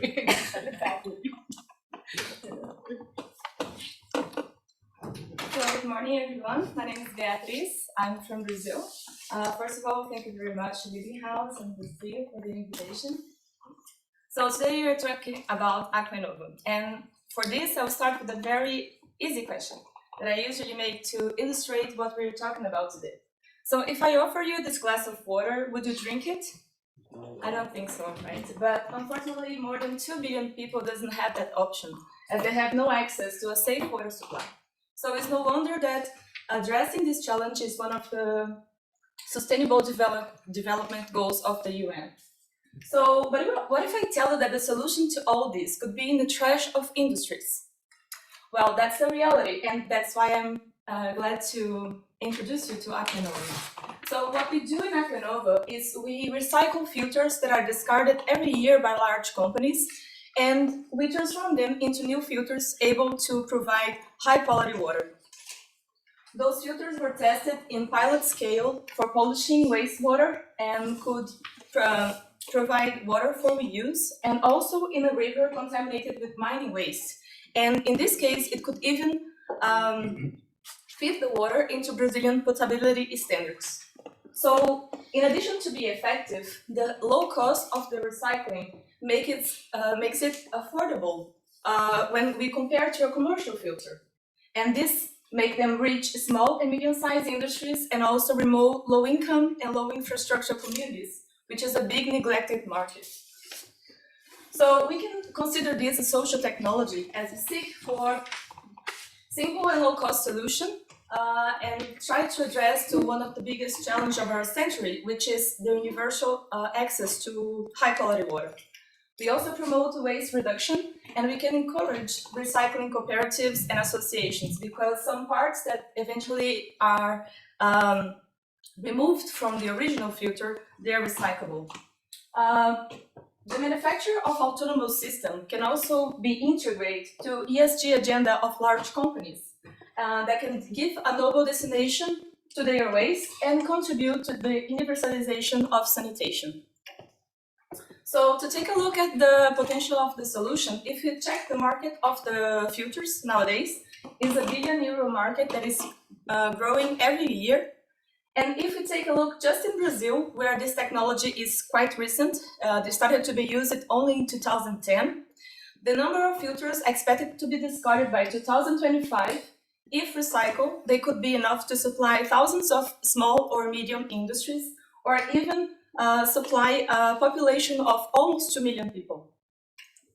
So this idea, of course, started in the laboratory in our research group in Brazil. But me, Clara, and Luisa, we really wanted to take it to society, and that's why we took this scientific entrepreneurship path that is not easy, as said today. Of course, we have several advisors. During this year, the importance of the solution were recognized by the receipt of several awards. But in 2020, we participated in the AIT Swiss Next, and that's when we faced the most challenges, which is transforming research and into a business and taking it to the market. It's really not an easy task. So in the AIT, we saw we needed to rethink the business model. We understood better the market needs, and that gave us new ideas, but we are making new questions, and new questions lead to new research. So before, we used to have one recycling process and several sources of filters, and we produced one kind of filters. Now we limited the origin of the filters. We are developing several recycling processes and producing new categories of filters, some of them even more effective than the ones we are producing before. And they are now being evaluated regarding their performance and also the lifespan, because we need to take to the market standard products. So with this, we want to reduce the cost and optimize logistics, especially thinking about Brazil. Logistics can be really a challenge. Then we promote great uniformity and scalability of the business to come with a final product with high added value, but still affordable. And we know the potential of this solution to several applications, including the removal of emerging contaminants, production of water for reuse, for agriculture.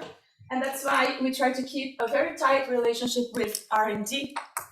So research being transformed into business, and market and business inspire new research. We believe that this is the way innovation can be done, not only be done, but can benefit society, and technology development can contribute to their reality.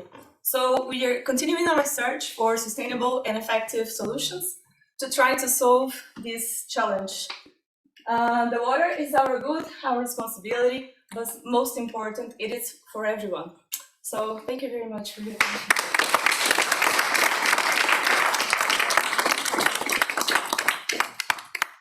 Excellent, thank you very, very much. You got a little bit of a taste of their pitches and their innovations and them as a person, more importantly, because obviously we work with new technologies, but what we're really, really engaging with is human capital.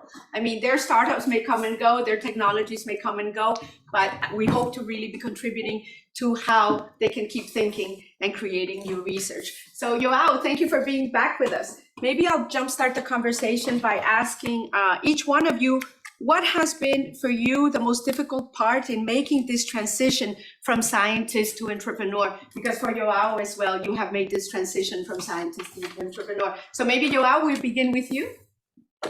Yes, as I presented, can you hear me well? Yes. Perfect. I did this effort to compare the scientific and the innovation method, because for sure, as you just mentioned, Rocio, I was there, and today mentoring students in graduate school. I'm doing pathing for this. So I think that the most challenge thing, and that we need to understand when we are being a science entrepreneur and going to the market, is understand that the thing is faster than in the university, inside of the walls of university, because the scientific method allow us to go back and go further, and you have a different process that the market doesn't have. The market, it's you need to be fast. And I have a phrase that I use, that I'm pretty sure that's not mine, but is that to be an entrepreneur is to have the potential of make decisions without to know all the data, because it's impossible. We never know. For example, when I arrived in France, I had no idea how was to run EdTech in France, what was the legal aspects of that, etc., etc. So to be an entrepreneur is exactly like that. You must be able to make decisions with the data that you have in your hands and go with that.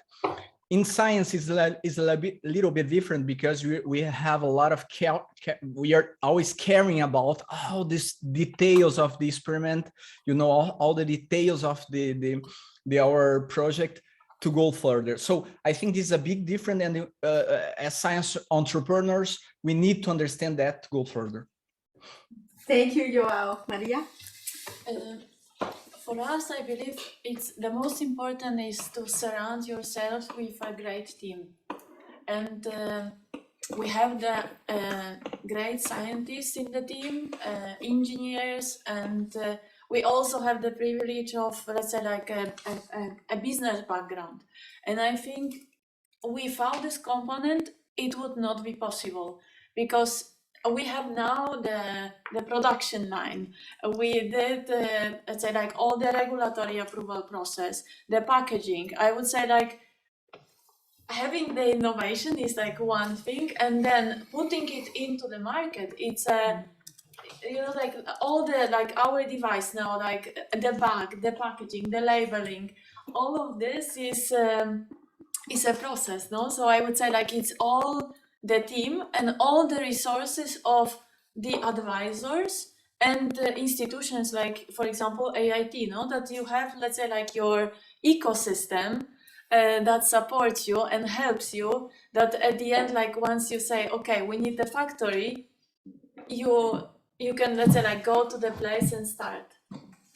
Thank you. We're going to be taking questions from you in just a bit, so start thinking about them as well. Enrico. I think largest or the challenge, the largest challenge is that at the end, at the beginning, you are alone with your co-founders, and if you're a scientist, you have your own research, and then once you found a company and you grow, you become responsible not only for yourself but for all the other employees as well, and that means in terms of safety, but also that you find enough funding, that you don't have to close up shop, that because you are in the end responsible for the livelihood of the others. And that's when you're in a university, you just have a university behind you and you don't care about that. And that's a big challenge, but it's also a cool thing because you have your whole team and you grow together. It's great responsibility indeed. Yes, Beatriz. I think in the stage that we are, great challenge that we face is really to take this out of the university. In our case, we need big infrastructure. I think yesterday someone talked about having simple laboratories. We need a complex one, and as researchers we always count with our university, our lab, but then we have that our time and our needs are different than the time and the need of the university. So this is very challenging to try to take it out. And then in the business part, to put price was a nightmare for us because we had to take everything into consideration. People we have to hire, the everything, and we never done it before, so it was very challenging. Exactly, and I think that's one of the largest difficulties. This is why we bring unit economics into the game, because how do you price your product? How do you price your services? How do you make it so that it can go into the market? And how do you apply a little bit of pliability in that cost so that you can sell it in Switzerland, but also bring it to the markets of Latin America? And then you have some projects which are very social in nature, which the startup ends up being more like an NGO. And then you guys have a really hard time, because you suddenly have to become a business person to bring this technology to save lives even at an adequate price. So I think that it is very challenging. We take questions from the audience. Yes, please. I would like to know what it was the process from the idea to the point that you decide to grow the team. So all of your projects were born from the research. So I believe you already had some team, but how big it was and at which time you decide, no, now I need more people to work with me because I can't handle all of this. Is it directed to someone special or just that? All of it. Then quick answer so we can fit in a couple more questions as well, please. I think it's also driven by the funding. So, let's say you need to build something at the beginning so that you can present this to the investors, get funding, and then you can grow with the team. And then it's also very important how you optimize those resources, because let's say you get the money as for the first phase, and then you need to prove and go to the next phase, and this is also what you said, then you are responsible for this team and let's say keeping this employment. So the most important is to very, very quickly demonstrate something tangible to the investors.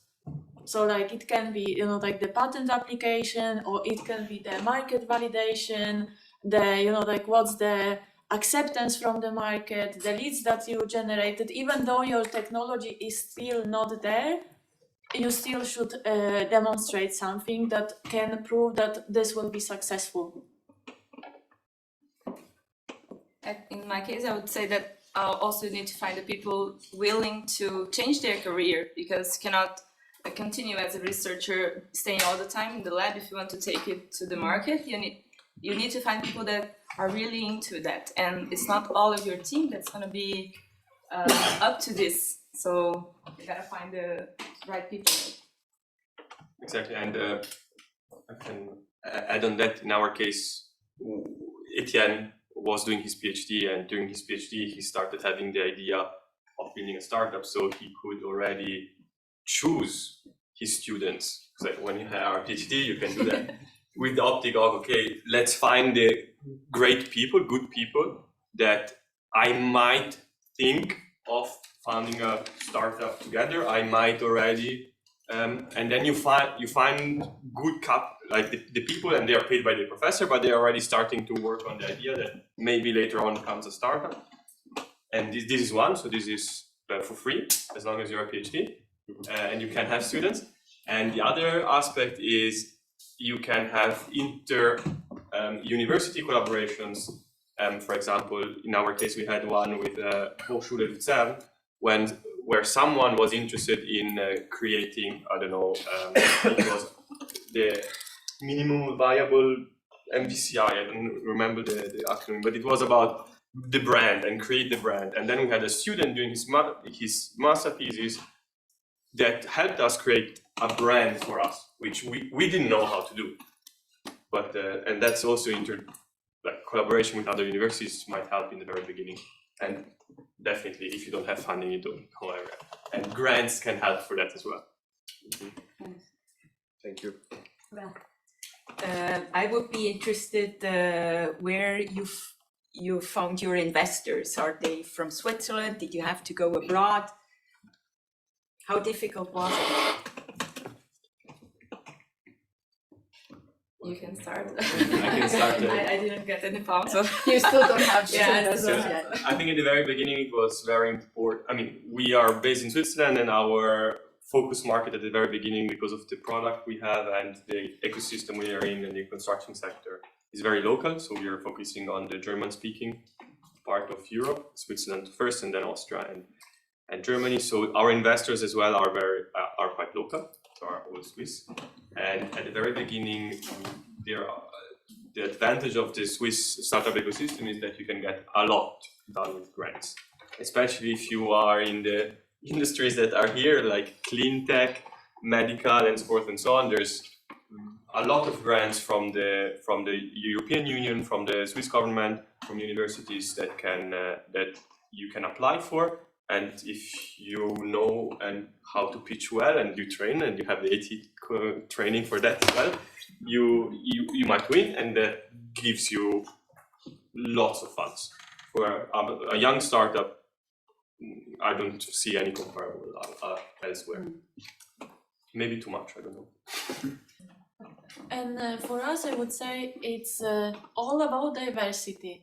So this is also what we learned during the AIT, and it's also important, once you start to grow your team, you need to really think about diversity.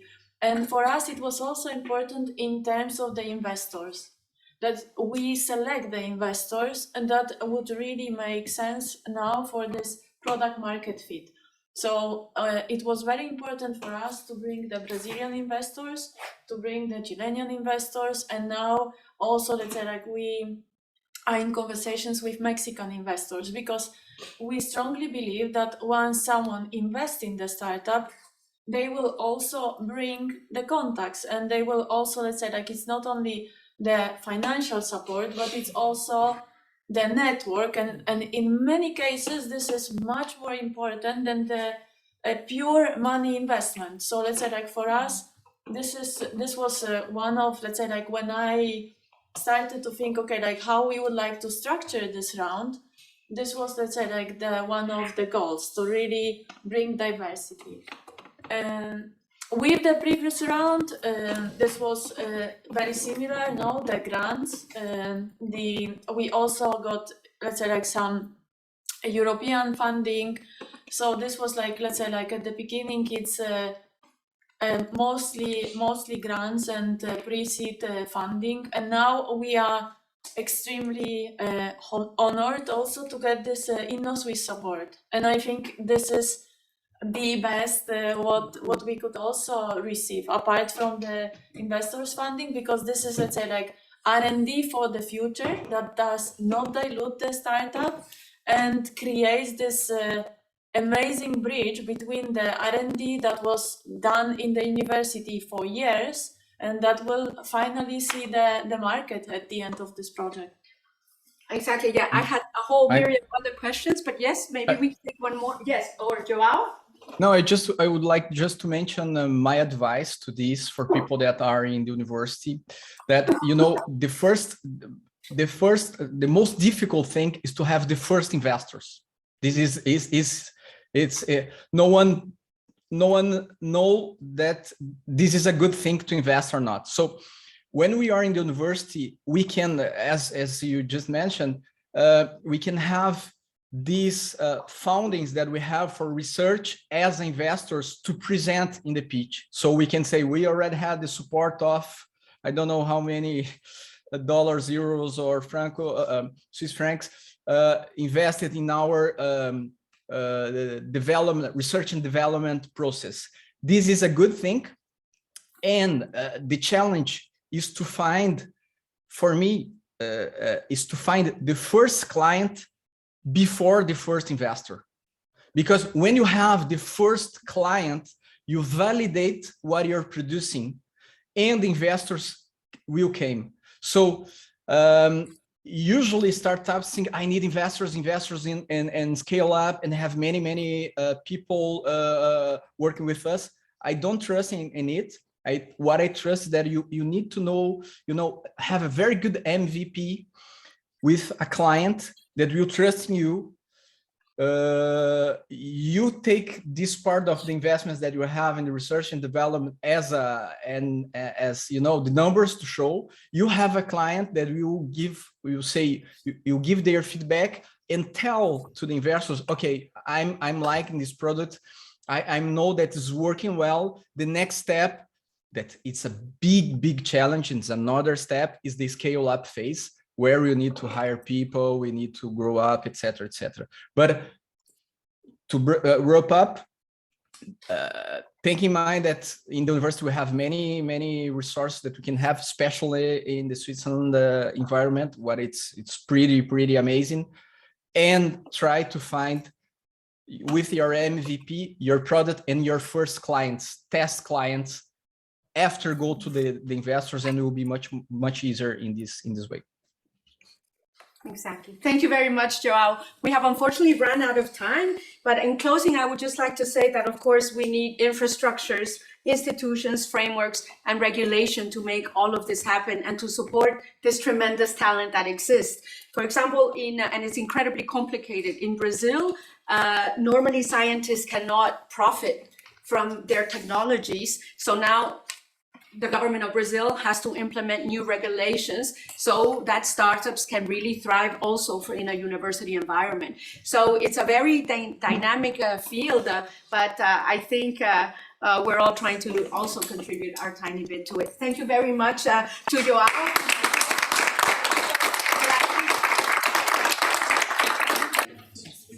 Okay, so welcome back, everybody.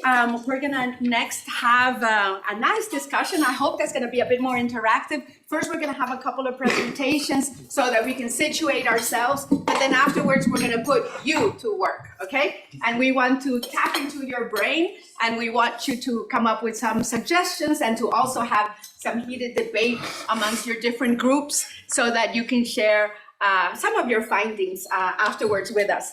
So the next section is titled World CAFÉ, International Talent, Diasporas, and Brain Drain. The first thing that we're going to do is we're going to present the different organizations here in Switzerland of scientists who do research here in Switzerland. And either they are from Latin America or they are Latin Americanists. So we only have about 4 or 5 different associations that we will be representing or that we will be speaking about today. So yeah, no problem. Welcome, Leticia.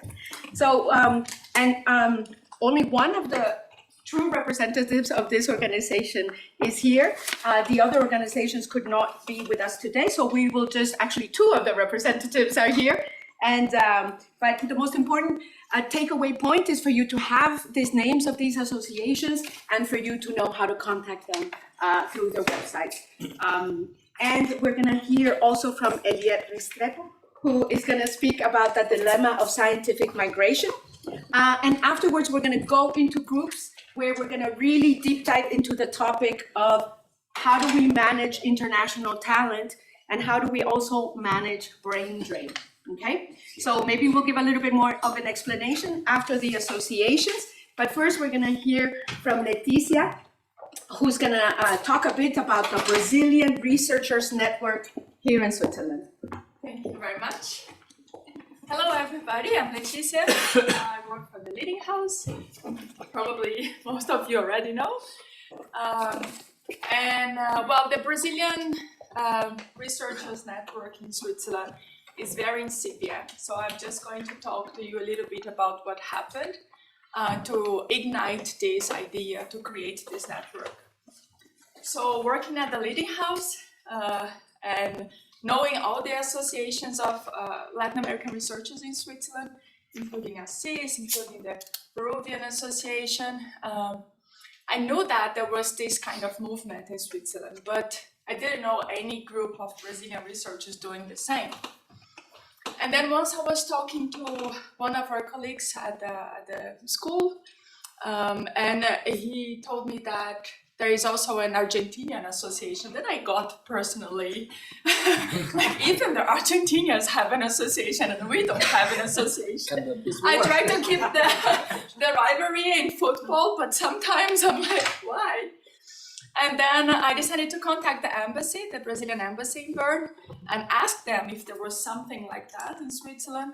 And then they told me that, well, there is a group in Zurich, and the name is PUB, to say Pesquisadores Universitários Brasileiros, and make fun with the pub, because the whole idea was to have happy hours to talk about some research ideas and share their papers and their articles and what they were doing.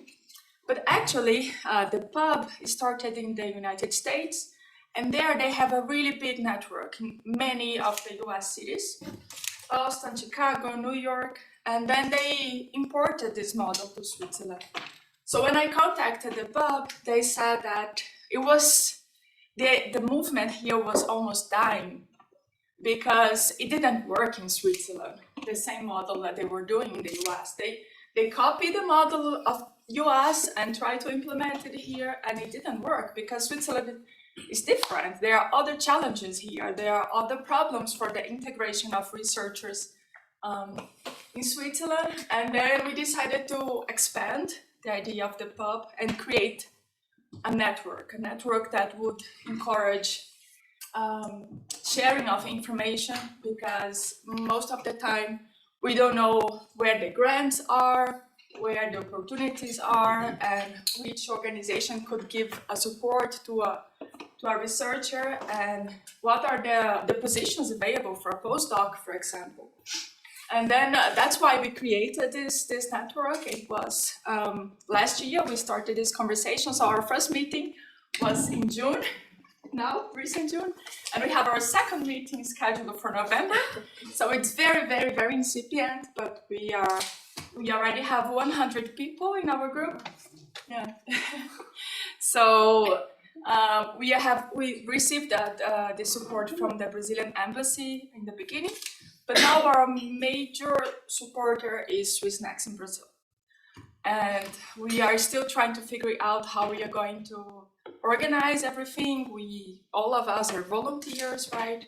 And we need to prepare the new events, organize how we are going to do that, if we're going to have, how we are going to share all this information, how our meetings will be, if it will be an association, a Verein here in Switzerland, or how this is going to happen. So it's very, very, very incipient, but we are very excited about the idea, and I think it's going to work. And I still have, you see, I'm very great with the time. You still have time, so afterwards we'll get it. Thank you. Thank you very much. So if you have questions about the Brazilian Researchers Network in Switzerland, next I'm going to be talking very briefly about ICES, Red MX, and APAIS. I'm not a member of these associations, but we just wanted to put them in your radar. And they unfortunately were not able to join us today. ICES particularly, which is the Association for Chilean Researchers in Switzerland, they have a very big event today in Bern. So they have, I think, the entire day for their association. So, Investigadores Chilenos en Suiza, they are based in Bern, and it comprises academics, researchers, students, but also professionals. And basically, it's the type of association that has a lot of academic events, sometimes once in a while conferences, but sometimes they also have like professional get-togethers and networking events with just drinks. So la Asociación de Investigadores Chilenos en Suiza, this is ICES, and their website, if you put in ICES Suiza, it will come up, okay? Then the next one is RedMX, which also, they are very, very active, and Gabriela was gonna join us today, but they have a lot of research groups. She's also part of the University of Liechtenstein, so she was not able to join us today, unfortunately. But this is the Red Global de Mexicanos, y el capítulo es en Suiza y en Liechtenstein. So they work, they are actually quite embedded at the University of Liechtenstein as well. So, but they are very active here in Switzerland as well. And they also put on a lot of different events, and they have conferences, and yeah, they're quite active. So I would highly recommend that if you want to be a part of it, you can go to their website, which is here, redglobalmxsuiza.com. And once, several years ago, we brought all of these associations together in Punto Latino. So also in Punto Latino, you can find more information about these academic associations. The next one that I wanted to briefly present or talk about or put in your radar is APAIS. And APAIS is the Asociación Peruana de Académicos e Investigadores en Suiza. They are a little bit less active at the moment, but maybe if we have some Peruvians in the room who really want to jumpstart it and bring it more back to life, then you can also contact them and start organizing some of the events with them. So some years ago as well, we tried to create an association for all the countries that are not represented, you know, all the countries that are not, Brazil, Mexico, Peru, and Colombia. So there was an association created for the Latin American researchers, but that one didn't really take off too well either. These are the most active ones, especially ICES, RedMX, and then of course we're going to hear from Assis in about 10 seconds, but certainly I'm sure that the Brazilian one will really take off as well. So I'm glad that you know about the associations now. Next is Pedro Romero, who's going to speak about the Asociación Colombiana de Investigadores en Suiza. Okay, first of all, thank you very much, Dr. Yvette Sanchez and company for this unique opportunity. ASIS is the Spanish acronym for Colombian Association of Researchers in Switzerland. It was formed in 1991 by established scientists in the EPFL Lausanne and a physicist working at the CERN in Geneva. And initially it was an email list that gathered over 1,000 scientists all over Western Union, Australasia, and the United States. And the reason for this was the time when electronic mail was emerging, and the worldwide research internet was being invented in the CERN to try to connect all these hundreds of scientists doing collective experiments. In 1993, the Colombian equivalent of the Swiss National Science Foundation created the Red Caldas, connecting all these scientists, thousands of scientists, in a single network that was aiming at leveraging and catalyze of science and technology development in Colombia. That network flourished and has largely gone dormant in recent years or really dissolved. But the ASIS has persisted over these 30 years. Here are the vision goals very quickly to promote scientific and technological and academic development in Colombia, articulate links and networks with national and international institutions, and support the exchange and dissemination of knowledge among its members. The scientific activities therefore include research projects in very different disciplines by the members, interdisciplinary dialogues, collective work, collaborative work, and it cultivates an open approach to diverse knowledge domains. And it is really about building bridges between scientists, disciplines, cultures, and exploring new horizons. And here is the board of directors is divided into 3 groups.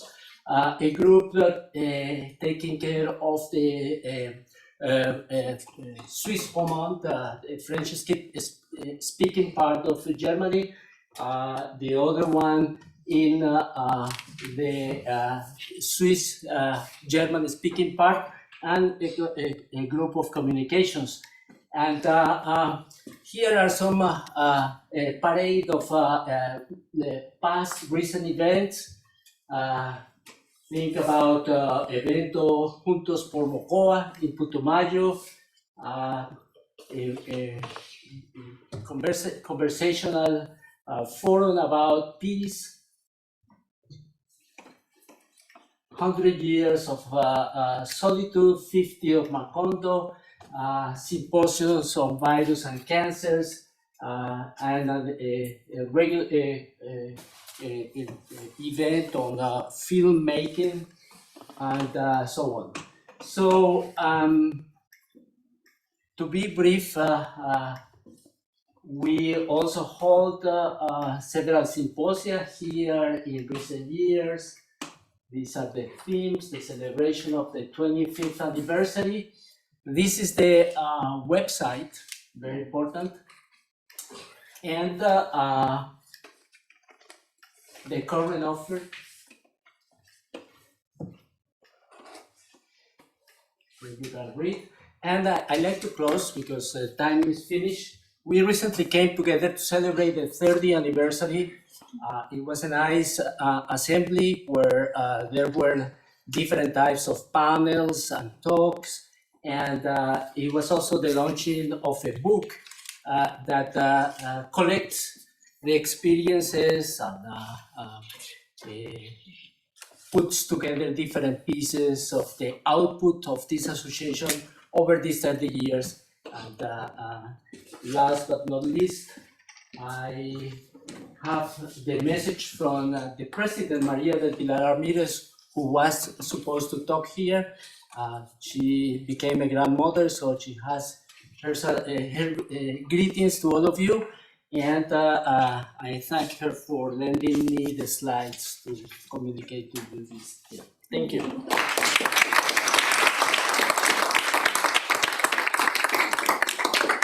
Thank you very much. So as you are aware, today this session is on international talent, diasporas, and brain drain. And we want to talk a bit about the problems and the solutions of how we can better address the topic of brain drain. With us is Elia Restrepo, who will address some of these question marks.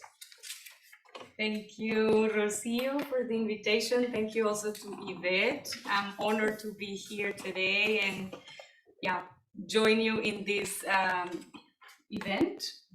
I have to say that I am not an expert in brain drain. I am a data scientist. I'm leading the data management and analytics team at the Roche Pharmaceuticals organization.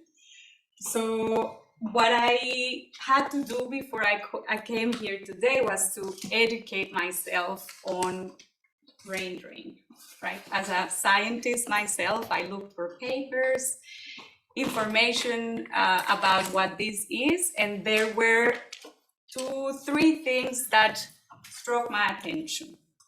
The first one is the very definition of brain drain. So if I understood well, it's about the migration of highly educated or highly skilled talent people and this is, we're talking mainly about developing countries, right? Latin America, Central America, India, Asia in general. And this, if I understand well, it is problematic because if that education of that highly skilled talent came from public funding, then there is a fiscal deficit, right? And then the second thing that struck me is, okay, then what is it considered brain drain? Because it seems like many of the migrants as well have left the country to finish their education in the host country. So is that considered brain drain? Question mark. And the third thing that struck me is in that line of thought, I found a figure that about 57% of Swiss scientists are foreigners. So it seems like there is some clustering in certain areas where there is more of this phenomenon. But there is, this is definitely a phenomenon that needs more studying and more data.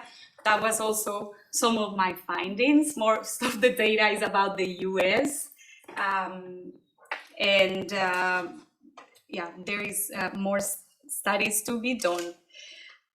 A thing that I would like to say just to finish is that there seems to be, so people migrate. This is something that has happened and will continue happen, especially now that we are more connected, we are more global.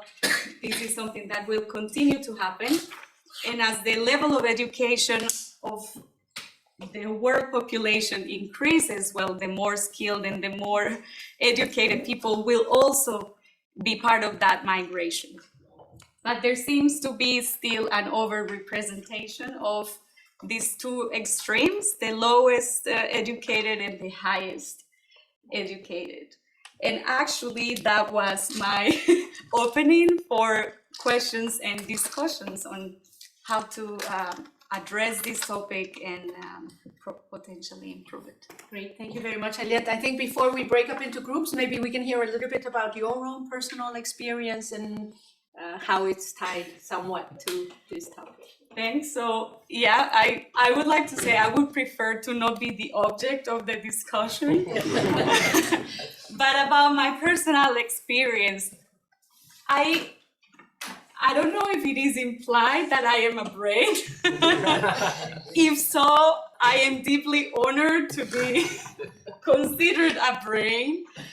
I came to Switzerland when I was 24 years old to finish my education. And my education in Colombia was also supported by a Swiss foundation, which I love deeply, and was also one of my motivations to come here and look at the country that made my life possible. So that's how I came here, and Switzerland has not let me go. It's not that it's more or less the next thing comes up, and I'm really very honored that I have the chance to work here now for the company that I work for.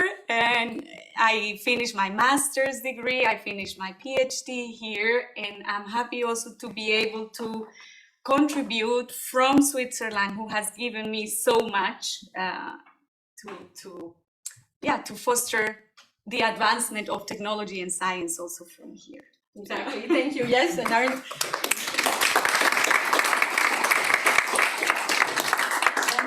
of course, it's a very interesting topic because you may go back to Colombia and work from there. I mean, all of our lives are very global, and there's a lot of mobility going on because we have to go where the opportunities are. So so now we would like to get you all to move a little bit and to separate into 5 different stations. Okay, you can form your own groups. I don't know how many people we are. We can form a 6th station so that it's not too crowded. But the most important aspect is we want you to speak together in these groups about the problems of this international talent, this global mobilization, and what can maybe diasporas, how do diasporas work with this international talent, and maybe, also really address the question of brain drain and what are the problems, and maybe even come up with some suggestions of how to solve brain drain issues, okay? So just split up on your own. There are markings, take notes, and afterwards one person or two persons will report a little bit from each group. And we'll help you. I know, I'm sorry. I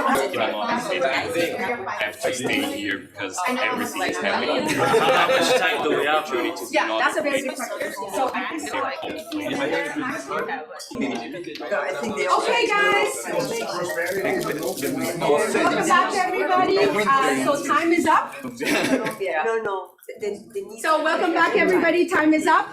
What we're gonna do now is we would really like to take this opportunity to hear back from your discussion, and then because we're slowly, unfortunately, running out of time, then if each group can please present for about 2 minutes. I know it's not a lot of time, but if we can have some volunteers, and then 2 minutes. Whoever wants to begin, who wants to begin, so we can hear a bit about your discussion, some of the problems. Thank you for volunteering. So I'll start the timer. 2 minutes are on. Excuse my drawing skills are on the best, like a proportion. Yes, we have three main points. The first is we have to set like an incentive for the people to come back, because often they send people off to other countries, and as you mentioned before, they stay because they get in contact with other people. And so we have to set an incentive. There could be like a contract, so we will pay you this time abroad, but you have to come back and then work for a company here, for example. The other thing is, that was really interesting for me, it also works the other way around, because many Europe people want to go to South America. For example, I also want to go there.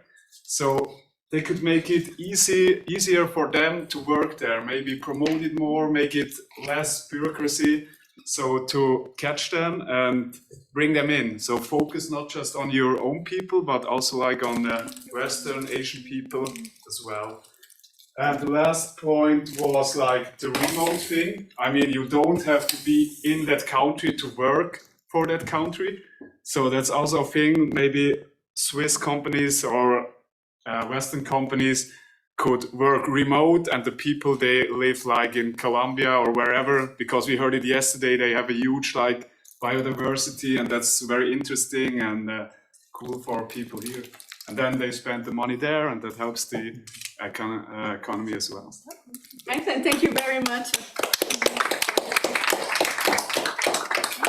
Do we have another, or somebody, you have about 20 seconds, if somebody else from the group wants to add anything? I want to add just one thing that came in this discussion a lot of times, is that it's not only about work, it's about the life of the people. So they are not on this country because they have an opportunity. They are there because they like the institutions, they like the commodity, they like the security, they like the lives they build there. Thank you. Excellent. Actually, perfect timing as well. So thanks. Next group, who would like to present? And we don't have a solution, but we have some ideas. So we had clustered them on one part of the hypothesis for brain drain, which on the academic side, they leave the country because of the opportunities and the funding that they have elsewhere, and also because it's very well seen in academic industry if you move away from and you don't only stay in one country. That's one. And on the regulatory aspects and the bureaucracy that in some countries hinder the funding of startups or an entrepreneurial career. And that's why also many people, or some people leave. And the other one is obviously also the money aspect, the salaries, where if you can, or people move to go to the countries which get higher salaries. And then we talked about the incentives to go back that can be from, for example, cooperation between countries and better communication in order to have the ecosystem, like the example was made about Brazil, that there is an ecosystem, but it's isolated between the different parts. And if you can create back the links, then you create a larger ecosystem that would foster more startups to be built there and to create jobs there. And the other one idea is, I mean, what the Italian government is doing is to have tax breaks for the people that are returning. And another idea was about the, let's say, a location office that sometimes you leave and you know the country where you leave to, but you don't know anything about the ecosystem or the opportunities that are in the country you left from. So if there is an agency or something that can help you to find a job, maybe in the 10 years things change a lot, and then you would be able to find a good job in the country you are from if you wish to go back. And the other one is to boost, let's say, foreign investment, so that also there is more money flowing in the countries, and that would foster people to go back or not leave at all. And then the example you mentioned is to have, let's say, for the startup world, business angels that are mixed between LATAM and Europe that invest in Latin American startups. Thank you.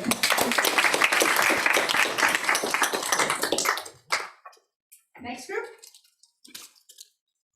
I'll volunteer for you if you don't volunteer. We have our share. So I think that we had a lengthy discussion about the conditions, working conditions, and of course the brain drain starts often with something like a stomach drain. People look at their income and especially predict into the future. That is maybe the data analyst perspective. Okay, I'm doing well, but the country is going down, so I better look for something else. And then we see an imbalance in migration. Of course, people migrate more from countries with poorer conditions into countries with better conditions. The question is, and that was raised in the first group, whether certain incentives can be given to balance that out. Which has to be done carefully, because if the country now suddenly invites a lot of people from elsewhere into sectors which are already having worse conditions in the receiving country, then this may create new conflicts as well. Another aspect that was discussed is the education in the countries. Even though the education systems have improved a lot, still a lot more needs to be done to outcompete other countries by better domestic education. And they are certainly having more specialists coming in may also help, but in the end it needs to be growing from inside. And we also discussed about other aspects of brain drain, also inside, for example, Switzerland. Brain drain from academia to industry in certain sectors where there is an imbalance also in that brain drain, where as academia we have problems finding even people from our own country. Then we increase the pressure on those other countries to send their smart talents out because we hire them. Right? So, it's a multifaceted problem, and I think timing is up. Finish your sentence. Finish your sentence, please. Or maybe somebody wants to add. Okay. Wonderful, thank you. I think we have 3 more groups that will attend. 3? And we had one in the back as well. There was one. Yes. Yeah. Volunteers? No? I can go. Yeah, thank you. So we were a group of diverse people, but many people working either in the arts or anthropology or working with indigenous people, etc. So instead of solutions or ideas, we just have questions, some provocative questions. And you can add to all of those questions. You can should also always add that not, right? Is it or is it not? So we kind of were questioning ourselves a bit to begin with, like, what is brain drain? I mean, I think, Rashi, your great question, what is it to begin with? And that maybe we should question the concept and not just take it for granted. Then it depends a lot. So who are you asking? Like, are you asking a person who has migrated? Are you asking a country? Are you asking the world? You know, maybe for the world, it's a good thing. For a country, not. For the single person, again, it's a good thing. Then one of the main questions I think that our discussion revolved around was what counts as a brain, what counts as knowledge, what counts as education, and what does not, etc. Related to that, who can carry knowledge? Maybe also what, like, you know, you can extract knowledge through other means than people, like plants, etc. Related to that, who has a voice, right? Whose interests are heard, etc. Yes, there's the scale question, like is it a global thing? It depends a lot how we see that. What does power have to do with it? What perspective are we speaking from? That's, I think, related to the scale question too, or from what place too, maybe.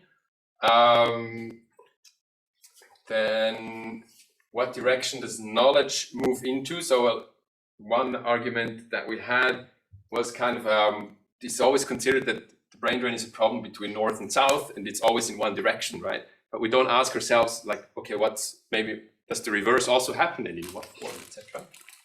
Can knowledge also flow, in the other direction? How are these interactions looking? And then maybe coming closer to a kind of solution, maybe collaboration can be a remedy here, an antidote. But how? How should we engage and try forms of collaboration? And then that's our great solution, which is very abstract maybe, but also concrete. That maybe generosity as a way of as an ethics maybe, as an objective can maybe has maybe something to do with it.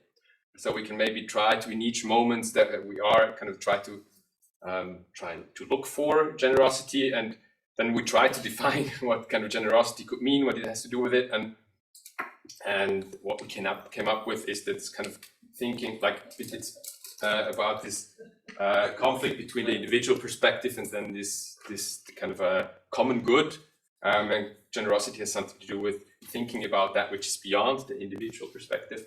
So this kind of holistic. That's 2 minutes. I know. I try to be generous with the time. Perfect. No, that's good. Thank you very much. Wonderful.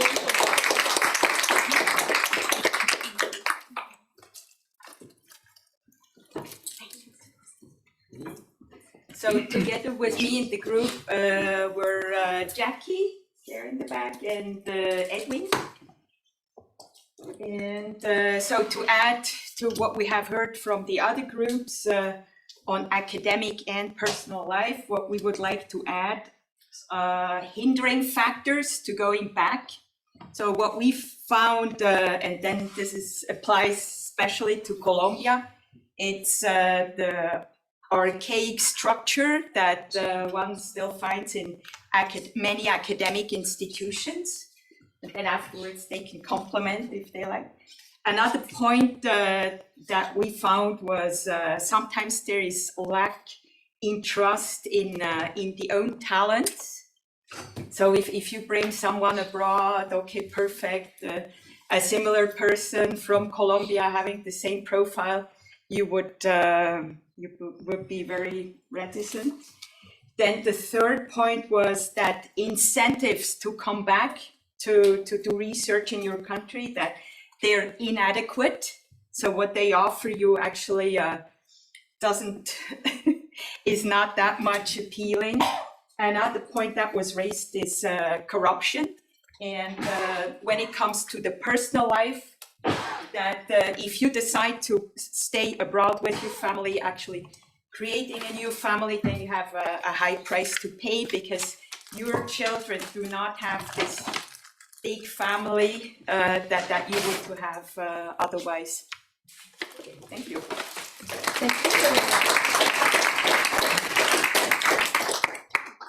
We have one more group. Yes. Well, first we discuss a little bit. We talk about migration mainly, and we discuss some of the causes that we see about migration. And it was lack of funding, higher opportunities, and also more credibility. If you are in an abroad university, you have more credibility. That was already mentioned by Isabel. And then we don't have solutions, but kind of painkillers.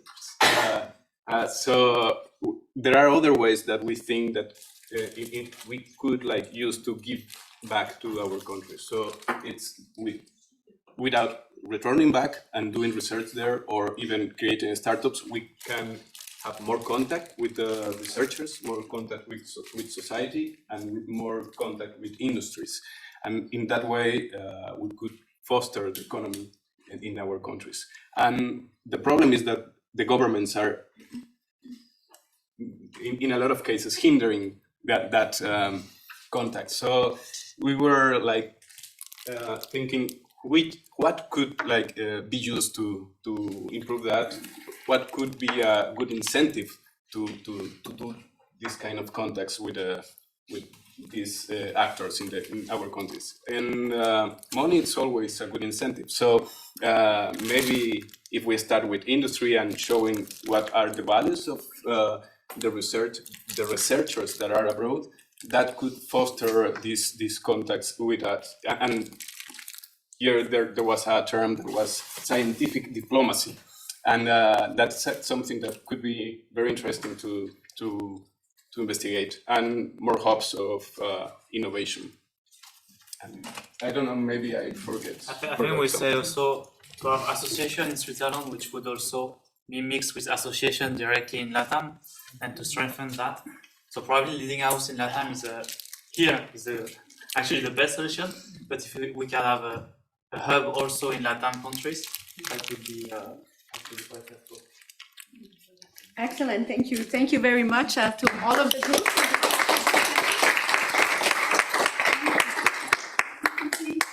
Very difficult topic to address, and we just gave Dr. Philip Nell an awful lot of work for his wrap-up session. So, great, wonderful. And we now have to move to lunch, where we can continue talking about all of the topics that we discussed this morning. And we're going to have about 1 hour for our lunch break. Do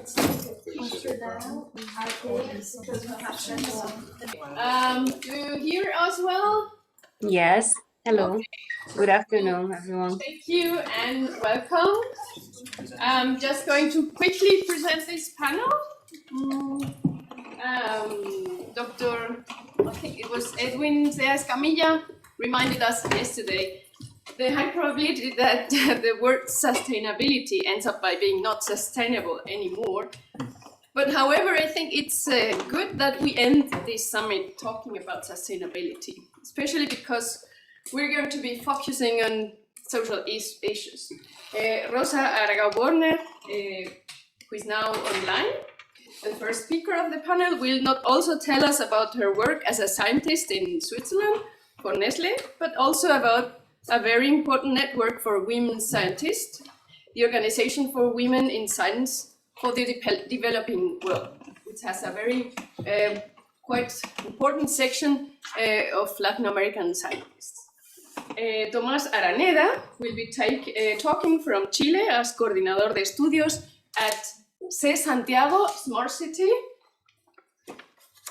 We can also see him online. Thank you, Tomás, because it's now like 8 in the morning or 9.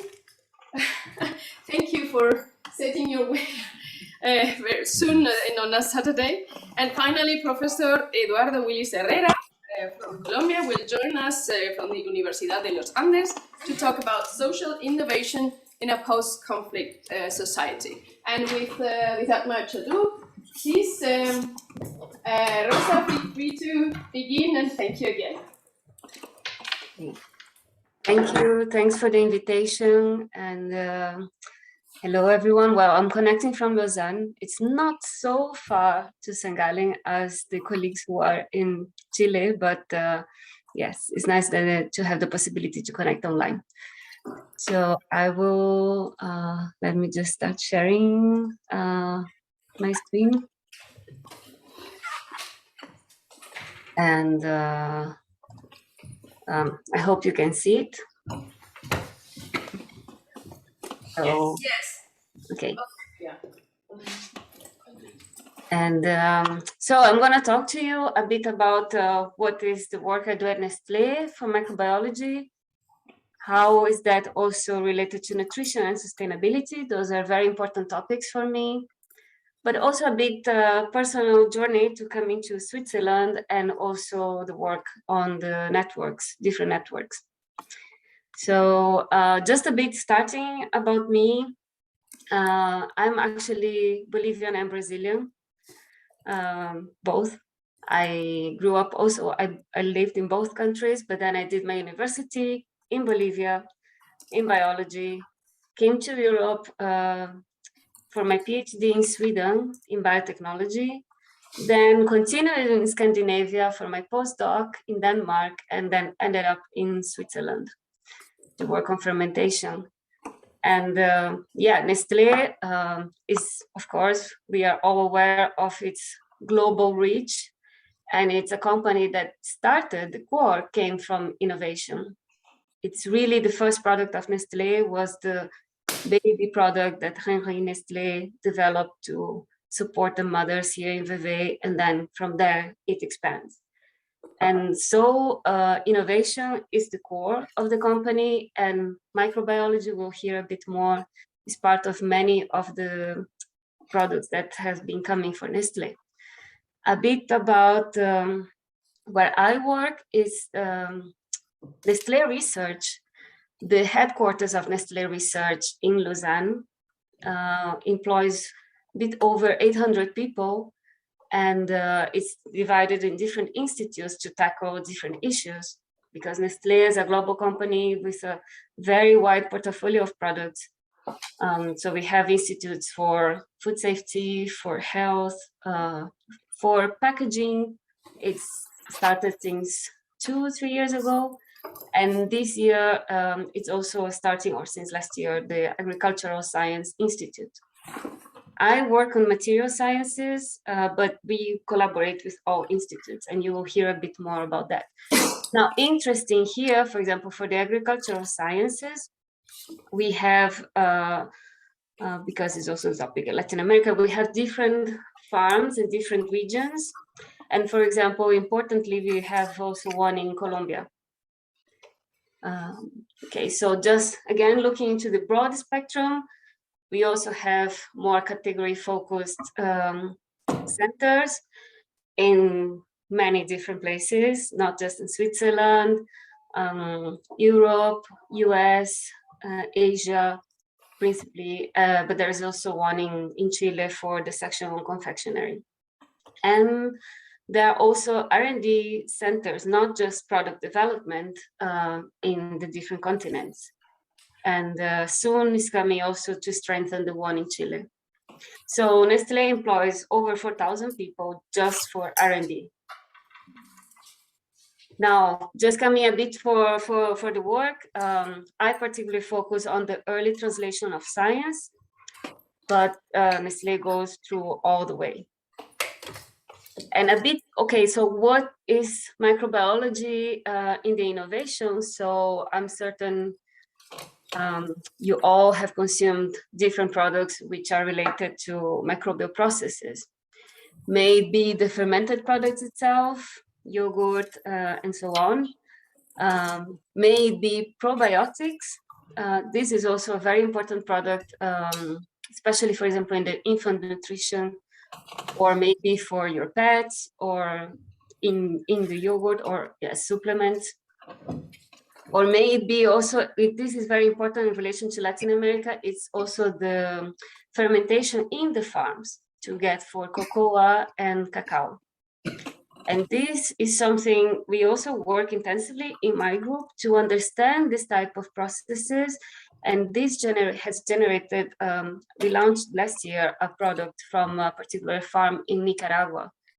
So for example, and on the term of sustainability, we're also looking into new developments. So I will talk to you a bit about on the plant products type, but also Nestlé has announced recently our collaboration with Perfect Day and Corbion. And Perfect Day is, for example, what we call precision fermentation. So it's really non-animal derived protein, but we have the same genome base as what you find in the proteins in the animals. So we can start also looking into new developments for products which are animal-free. So let's talk a bit about the examples on plant-based products. So we're gonna talk a bit more on the R&D part, a bit of my research.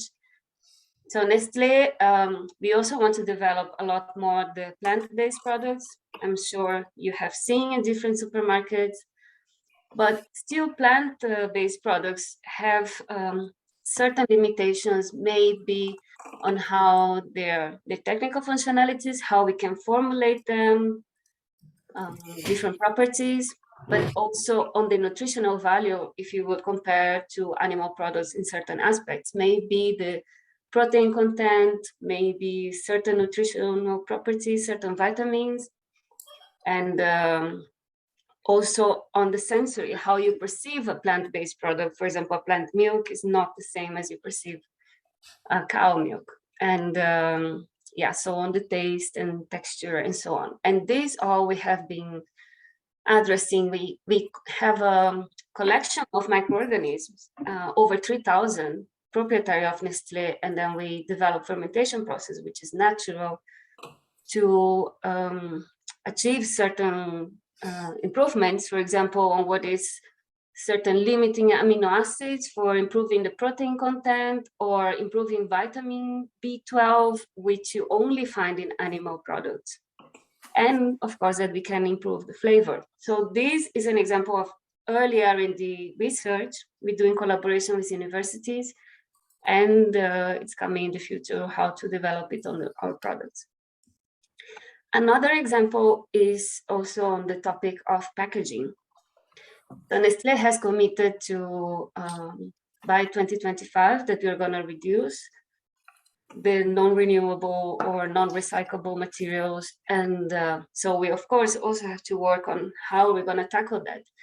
So we had a project with the University of Valladolid, where we look into developing bioprocesses, to looking also into how are we going to treat these plastic waste, how can we, and that can help also to develop new materials.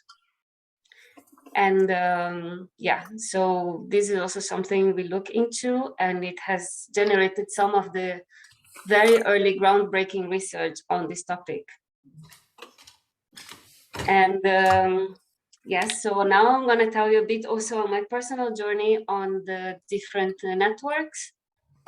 So we start also with what is in Switzerland. I'm a member on the Swiss Society for Microbiology and for the Environmental Microbiology Commission, which is also part of the European Federation for Biotechnology. But I think what is interesting for your team, for this group, is also the OWSD, which is the Organization for Women in Science for Developing World. And this is an organization which also, what I do, I work with the chapter of Bolivia. So to be member of this is a big network facility. There are, of course, also other actions for example, fellowship programs or awards. We were discussing also earlier that, for example, there was an award for relation of research related to food. But it also provides opportunity, regional and local events. And I'm part of the chapter of Bolivia, so it can also support networking and different activities in Bolivia, maybe for example, the Congress in Biotechnology in Bolivia, or information for events and grants that we share among the network. Of course, with that participation in Bolivia, I also have access to the other chapters, and that has been quite fruitful and quite interesting. Because yes, how to strengthen the research in the developing world, I think it starts from people internally. And if we are, even if we are outside, we can still give back. So with that, I had 10 minutes to talk to you a bit. So I'm open for any of your questions, and yeah, happy to also do more networking.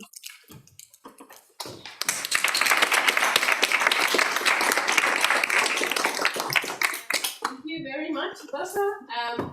We are now listening to all three speakers, and then the second part of this panel will be the Q&A round for all of you, and you can also, between you, ask your questions. I was just one thing, because I'm glad that you mentioned the collaboration with the Universidad de Valladolid, because I studied there. Ah, nice. Okay, let's have Tomás Araneda from Chile. He will talk about smart cities, and especially Santiago de Chile. Okay. Hi, everyone. thank you for the invitation. I will send you a few slides. You can see the presentation? Yes. Good. Well, I would like to present our job and experience on smart cities phenomenon around the world, but also the case experience of some challenge and opportunities from the 21st century and in Chile. So first of all, I'm Tomás Aranea. I'm project manager from this program. This is a program from Corfo, which who is del Ministerio de Economía, Fomento y Turismo de Chile, in collaboration with País Digital and the Metropolitan Regional Government of Santiago. So I have to present the table contents. First of all, the st. Santiago's vision and strategy. In second place, some one of main initiatives. And finally, challenges and opportunities. In first place, our vision is transform Santiago into the smartest city in Latin America and a global benchmark for being sustainable, resilient, and inclusive territory.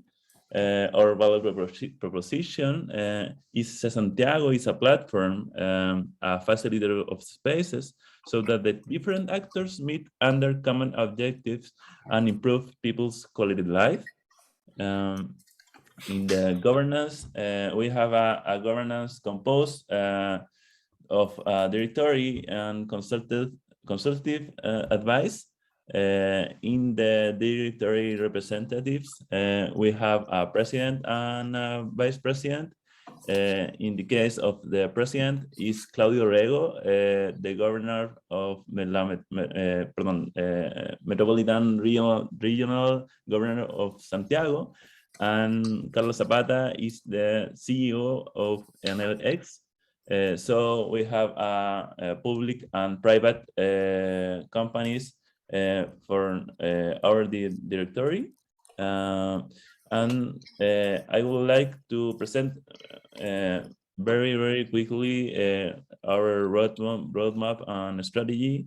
We have a 10 years implementation plan with actually we are in the sixth year for implementation, and we have strategic pillars. Like you can see, it's mobility, environment, public security, and enabling resources. We have some action lines like promotion of city solutions, the relationship between large companies and smart city entrepreneurs, and generation from national consortium and international consortium to develop strategic projects. We have some 13 work initiatives, and we have 7 gaps. You can see in this slide. Now I want to present you with our main initiatives from project portfolio. Which one, Smart Data Citizen, is the most important or emblematic initiative for Santiago.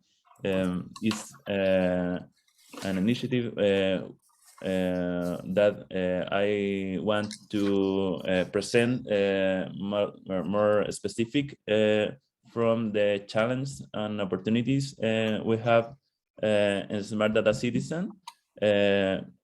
And also we have other initiatives, can you see, like digital justice plans, sustainability green roofs, Cacao electromobility plan, smart cities at the scale, and micromobility master plan.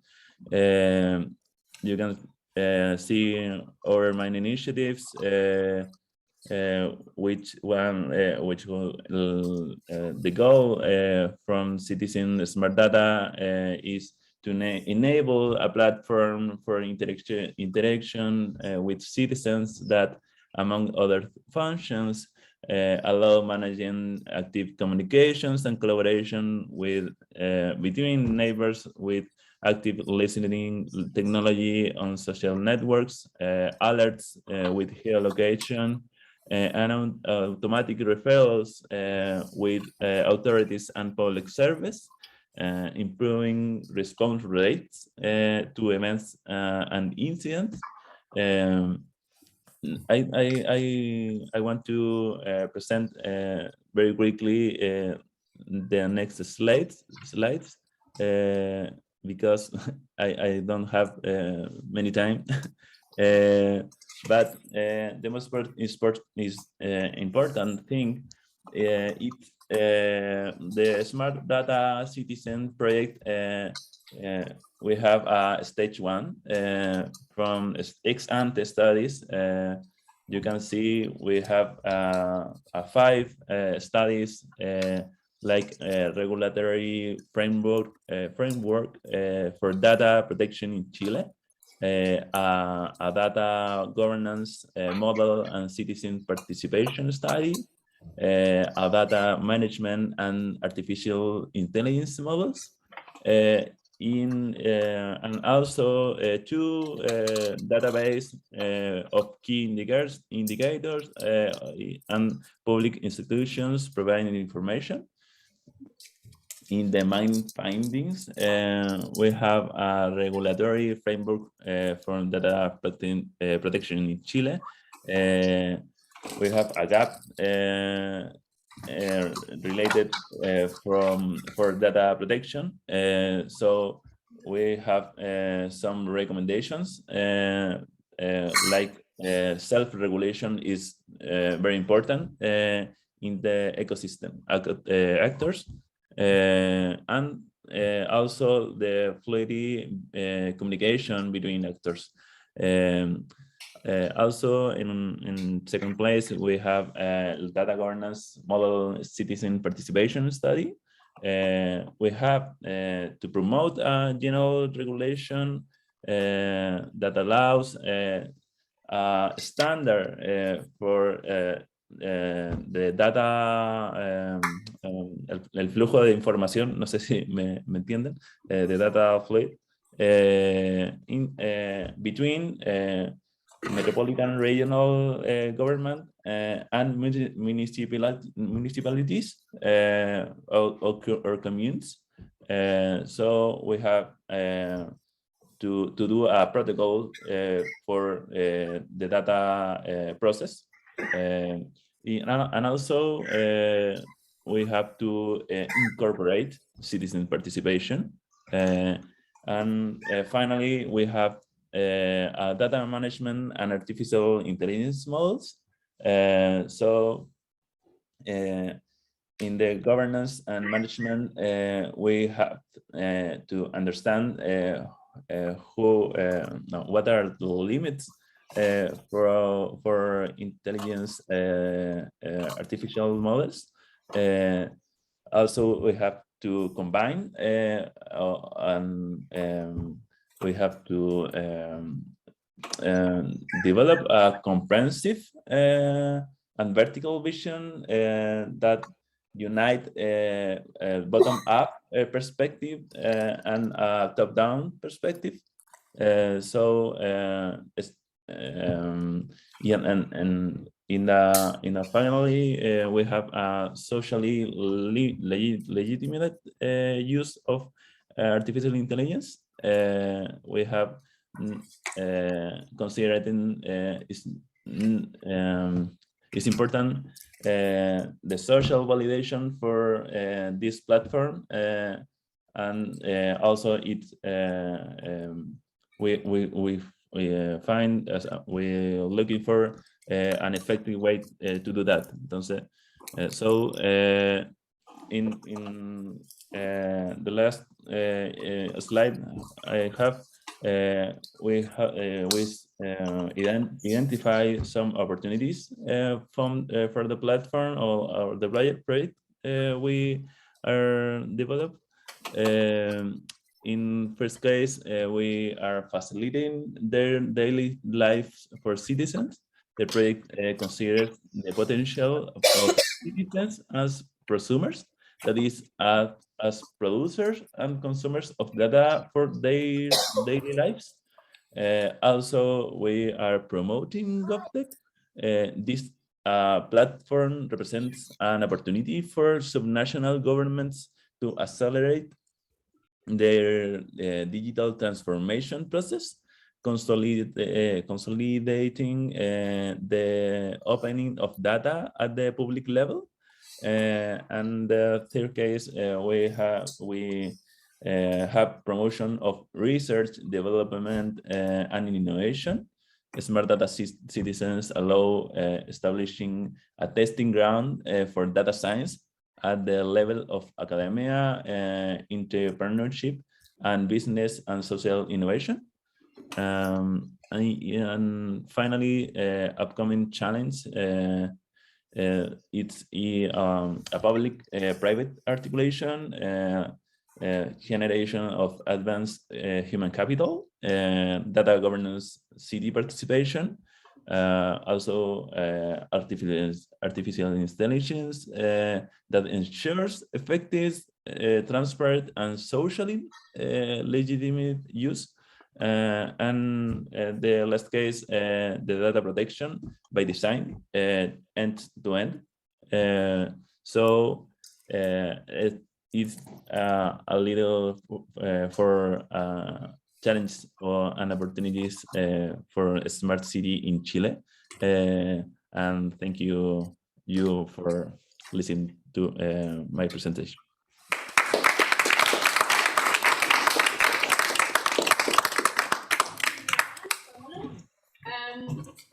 I see that the next speaker is not yet online, so we could just begin with the Q&A questions. I'm sure that we already have some questions from the audience, and I would like to give preference.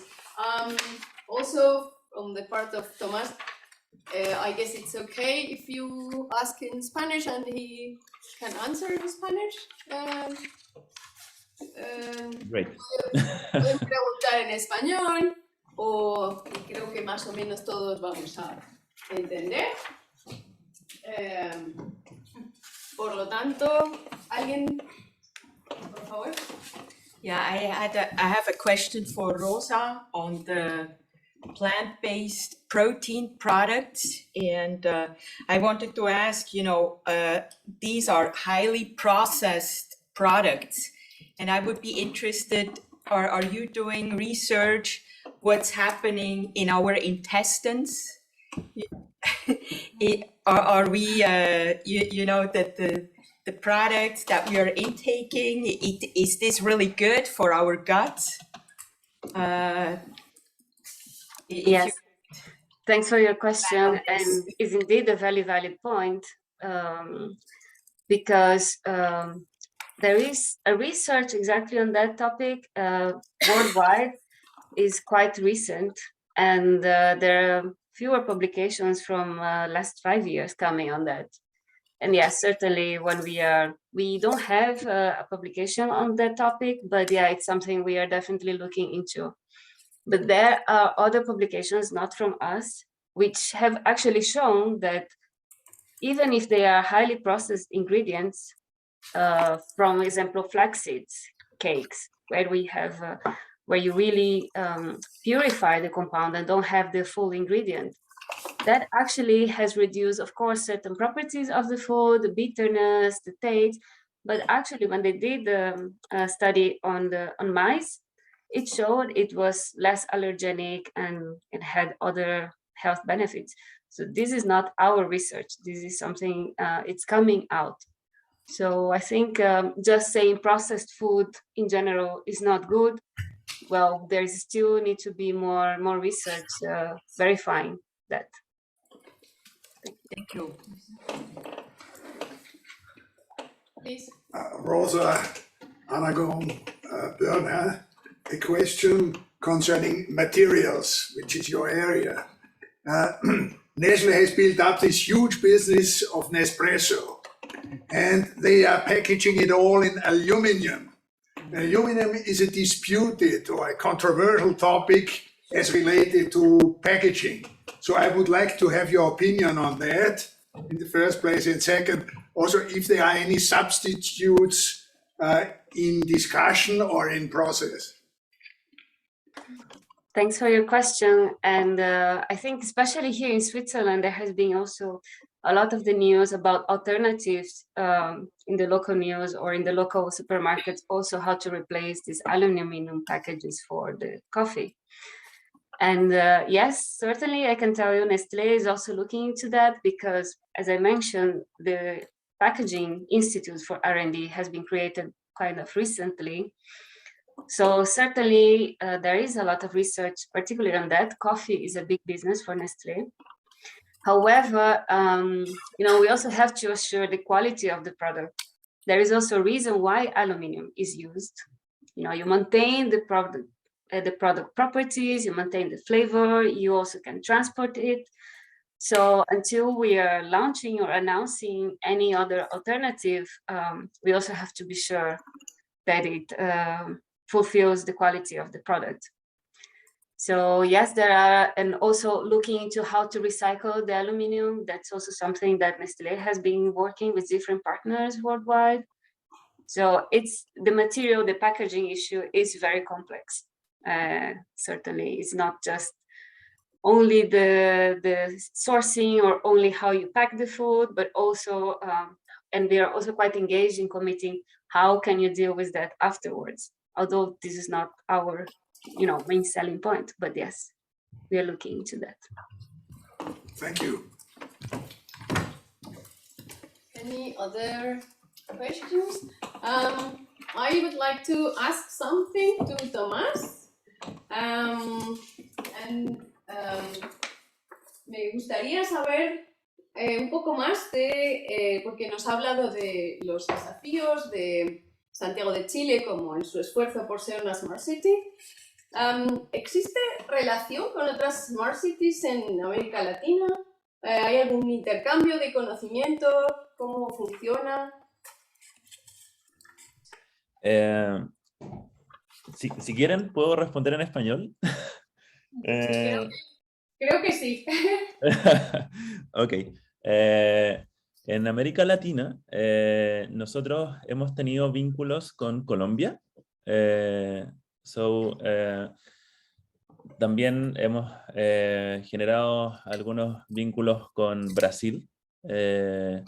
Justamente ayer nosotros estuvimos reunidos con una delegación brasileña de São Luís, que buscan fomentar las Smart Cities en Brasil, y también con un centro de desarrollo tecnológico privado, que es Biopark, en el distrito de Toledo, en Brasil también. Entonces, sí, tu respuesta es de sí, efectivamente lo hemos ido fomentando, esta relación entre países de América Latina y también al interior de nuestras regiones en Chile. Las diferencias territoriales importan a la hora de generar iniciativas Smart Cities. Entonces, en Chile, como está concentrado mayormente el área de servicios y bienes, justamente hemos tenido la oportunidad de desarrollar Smart Cities un poco más desarrollado en etapas más desarrolladas que en otras regiones del mismo país. Entonces, eso es lo que podría responder a tu pregunta. Gracias. También, Tomás, Las ciudades inteligentes son así consideradas por usar de forma integrada los recursos que son tecnológicos, pero yo sé que hay tecnología para los campos, pero nunca oí hablar de smart campos, smart facendas. Hay aplicaciones que intentan integrar la tecnología en el campo para que sirva mejor a la productividad y reduce el desperdicio. Sí, efectivamente, nosotros últimamente hemos desarrollado un estudio de Smart Farming que busca desarrollar como procesos más eficientes con el uso de recursos, entendiendo que en Chile, por ejemplo, tenemos una gran crisis hídrica, entonces tenemos que generar mejores y múltiples esfuerzos para poder generar un territorio sostenibles. Entonces, a tu respuesta es sí, estamos trabajando tanto en áreas urbanas como rurales, con justamente la industria agroalimentaria también en Chile. Estamos en proceso de concretar algunas iniciativas más tangibles, pero sí, hay mucho por hacer, en territorios inteligentes. Gracias.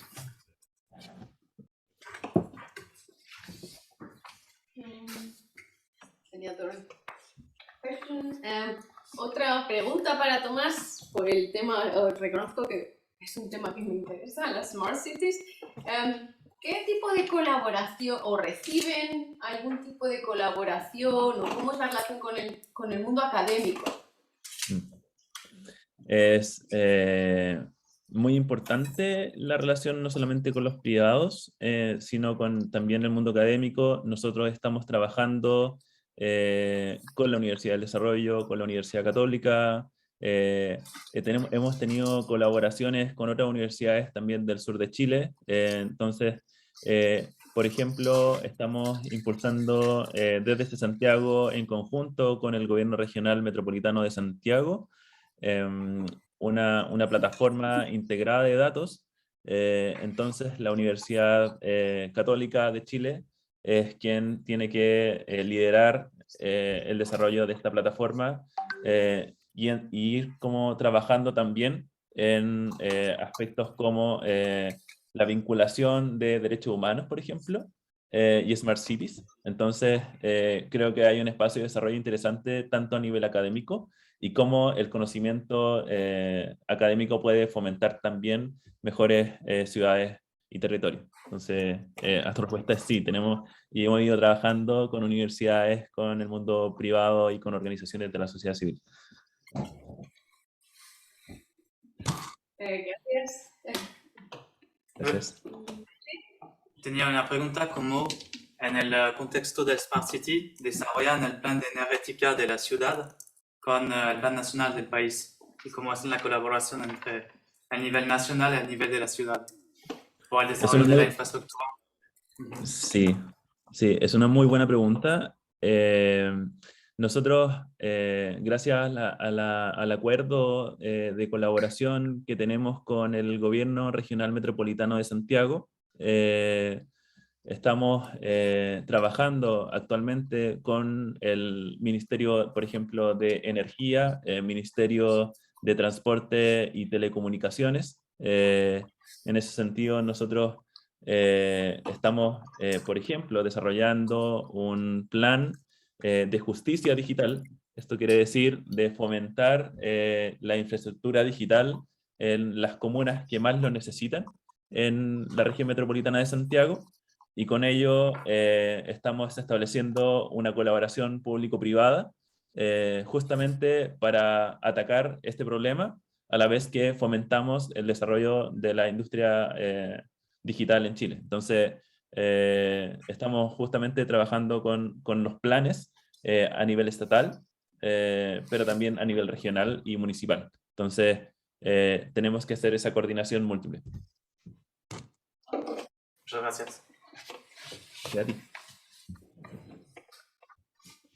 And okay. También para Rosa tenía una pregunta si hay... Sí. Una pregunta para... Yeah, a question for Rosa. Si tenían centros de investigación de Nestlé, planes por Latinoamérica, de desarrollar R&D desde allá y trabajar con universidad allá y que... Sí, gracias Sí, por hay tu planes. pregunta. Sí, hay planes. Como había mencionado, tenemos también un centro de desarrollo en Chile, particularmente para el sector, sorry, I don't know, I'm answering in Spanish, maybe I continue, I don't know, for confectionery. But there is also coming very soon. So for example, we have in Switzerland the accelerator, where we also have external people or startup companies coming, having training at Nestlé and developing other products, which test in the market together with Nestlé. And we are soon launching something similar in Santiago. There has been recent launches in Singapore, in India, in Abidjan, and there is something coming in Santiago. Exactly, to have this proximity to the market. Okay.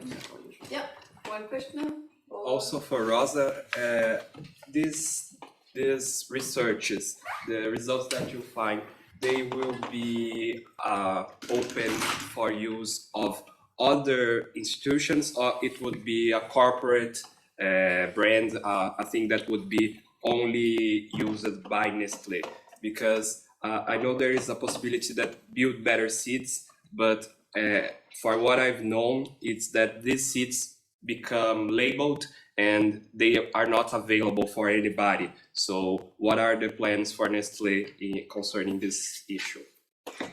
So you were asking about seeds for the plants? Sorry. Yeah. Okay. Seeds and other developments that you may have in the research. So, for example, I was presenting what we do for microbial processes and fermentation. And I presented 2 examples of research, and those are all published science. So that's open to the public. The knowledge is there.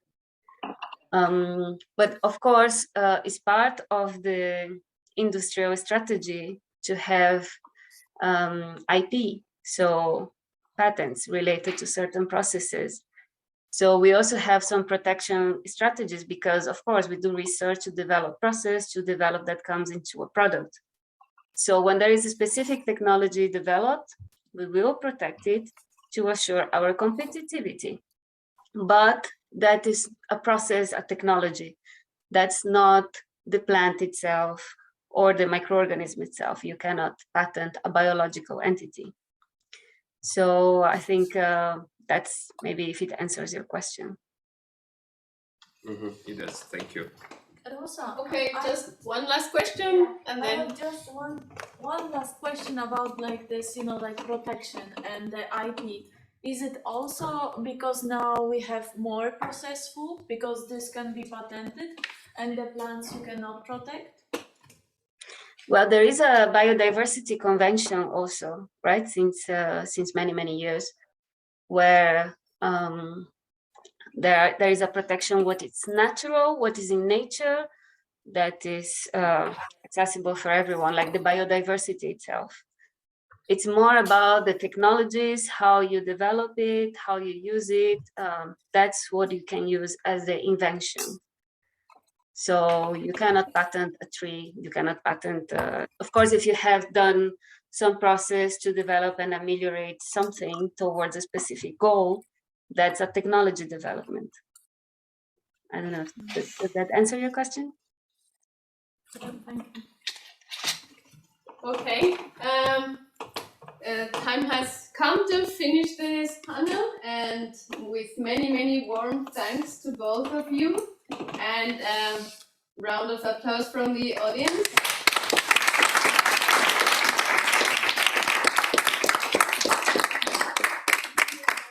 For your contribution to this summit.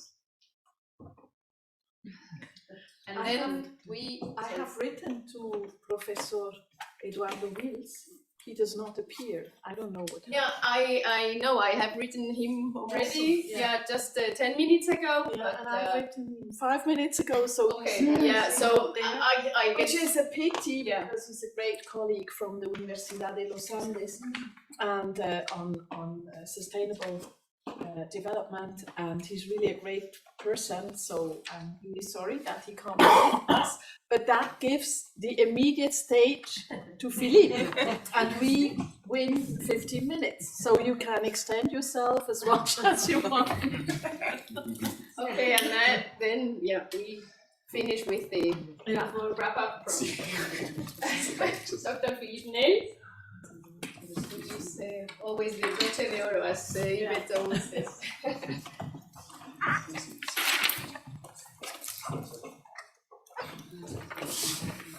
Okay. You can also, if you want to.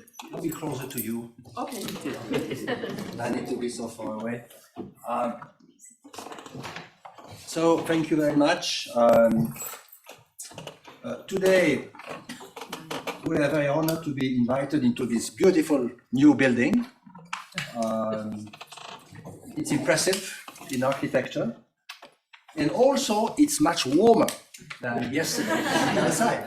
So you see the progress in building materials, over time. So thank you very much for inviting us in this fantastic building. We had a very stimulating and interesting day. It was issue-oriented. The focus was clearly on innovation to the market, and as Isabel Schlup said, to put innovation into practice, you need a regulatory environment and investments for production.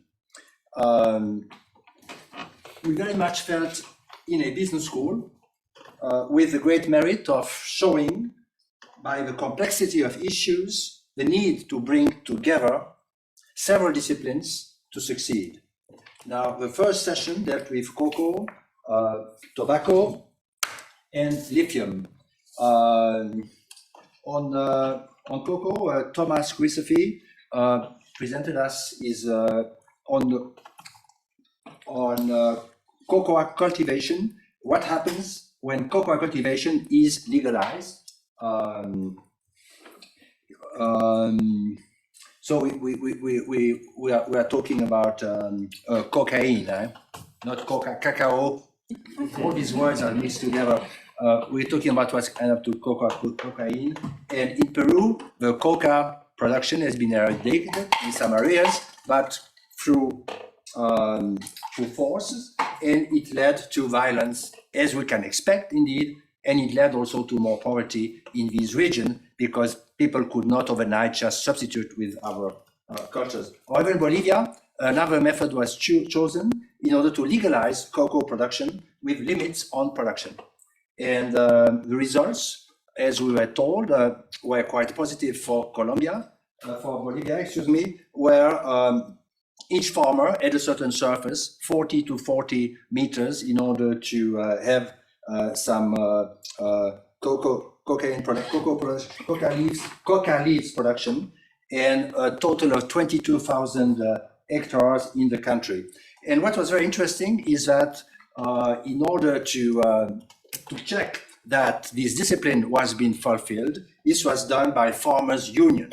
So farmers' union policed themselves that the farmers would fulfill this obligation and not plant more than what was required. But in addition to that, this was successful in Colombia because this was not only substituting coca production by something else, but also there was a support on education, on health, on local infrastructure. And this made the whole thing a success. There were very few human rights violations in relation to crop controls. In Peru, it was not the same. It was difficult, and then also in Peru, then coca production was being moved, somewhere else when it was being taken away. However, we are also told that in Bolivia, in recent years, after change of government, one has been seeing a lot more of cocaine production in the laboratories. So what we were told that it is not easy to transpose the Bolivian model into Peru. Each country has its own institution, and in particular in Peru, the agricultural unions are weak, and also there is a lack of trust in the state. So for Peru, a lot more work has been required in order to be able to reach these objectives of reducing coca production. Then we move to tobacco with Ilana Belovitz, poison or medicine. 1 billion smokers worldwide. I don't know how many here, but it is linked to serious sicknesses, and therefore, but here we're shown another side of tobacco. In the Amazonian region, tobacco is being used as the father of all medicinal plants. As a liquid, solid, or smoke, it treats a variety of illnesses, in particular mental health with liquid tobacco. So some research is being undertaken there in order to see how is tobacco used and which are the acute effects on mental health outcomes in patients. We're also told that this research is really done for the Amazon region, and there is no intention right now to be used later on or at this time in the Western world. Isabel Schlupp talked about embeddedness and sustainability impact by the private sector. The case of here we are on cacao, cocoa. You mix up all these words, cocoa, in Colombia. And she told us that in 2015, she was on a project with Swiss. And what do we mean with embeddedness? It's kind of a word, just to pronounce it, embeddedness. It is the impact of MNCs, such as Nestle, Syngenta, and others, on the environment in which they work, in particular in Latin America. Impact on the local stakeholders. These are the suppliers, these are the clients, this is the local community, and the whole environment around themselves in terms of CO2 footprint, in terms of use of water, and so on and so forth. So they use a mixed, in terms of methodology, a mixed approach with interviews, interviewing suppliers, and a number of stakeholders. Myself, I have visited Nestle in about every country in Latin America, and I always had meetings. First, I visit the fabric, and then I have a meeting with the CEO and the board, and we also visited from time to time some social projects which they had in order to help the local community. And I would say, yeah, it was impressive to see the work which is being done, and also the way that what impressed me in Nestle each time we went to was not in all factories with all Swiss investors the same, but I would go with a CEO, go around the factory, and each time he would greet, the workers, and he would know many of them. Just the guy person who are packaging, the persons who are different units of a production, who are just controlling that the right quantity of chocolate falls down, and so on and so forth. And I would say the relationship they are building at all the levels of the hierarchy with the people working in the company was one where you would not see a vertical hierarchy, but much more horizontal, by the way that you would shake hands with the people all around. And this is part also of the impact you have on the people who work with you. And indeed, if you take Nestle in Venezuela, they are one of the last MNCs still in Venezuela. They have about 5 factories. They produce maybe at 30% capacity, not more. But a lot is linked to their workers. They want to stay there to keep for the workers and their families who had been for years and years and years working for Nestle to be able to keep some livelihood for them. And also, they hope one day, things get better, and therefore they will still be there. But impact is important, the impact of the companies on their local environment. And also, Isabel Stubb told us that in 2018, 2019, she had a research project on embeddedness, again, impact of manufacturing firms in Coca in Colombia, where you have two major leaders, and one is Santander in the Arauca region, and there she has seen quite a number of services provided to the farmers to increase productivity, and so on and so forth. And that's a very important point, which we don't see too much. If you look at the commodity traders, like Ecom, one of the largest in the world, which is Lausanne, they have a whole bunch of programs to improve productivity, to help local farmers. And also why? Well, one element is that the new generation, with iPhones, everything, the young people don't want anymore to stay on the hill and to have a couple of coffee plants and cocoa plants all life long. They want to go out, they want to go away. So it is a concern of big buyers of coffee and of cocoa today that in 20 years from now, we will still have enough production because we will still have enough incentive for people to stay on these farms, on these hills, and work in conditions which sometimes can be quite difficult. So Ecom in Lausanne, for instance, has a program with IFC, the International Financial Corporation from the World Bank. The IFC is also quite a number of projects in order to improve productivity and to provide technical assistance to the local farmers, be in cocoa, be in coffee, or also be in milk production. And she said last year the study almost finished for Colombia, but security conditions has changed in that particular area, so she will need to review some of that. Then with Jonas Knöpfel, we talked about lithium. Yeah, lithium is a very, very important topic. Very important topic. It is critical. It is crucial. And it happens that Argentina, Chile, and Bolivia have pretty much 60% of the world reserves in lithium. So it's extremely important. Demand is increasing. We need it for batteries.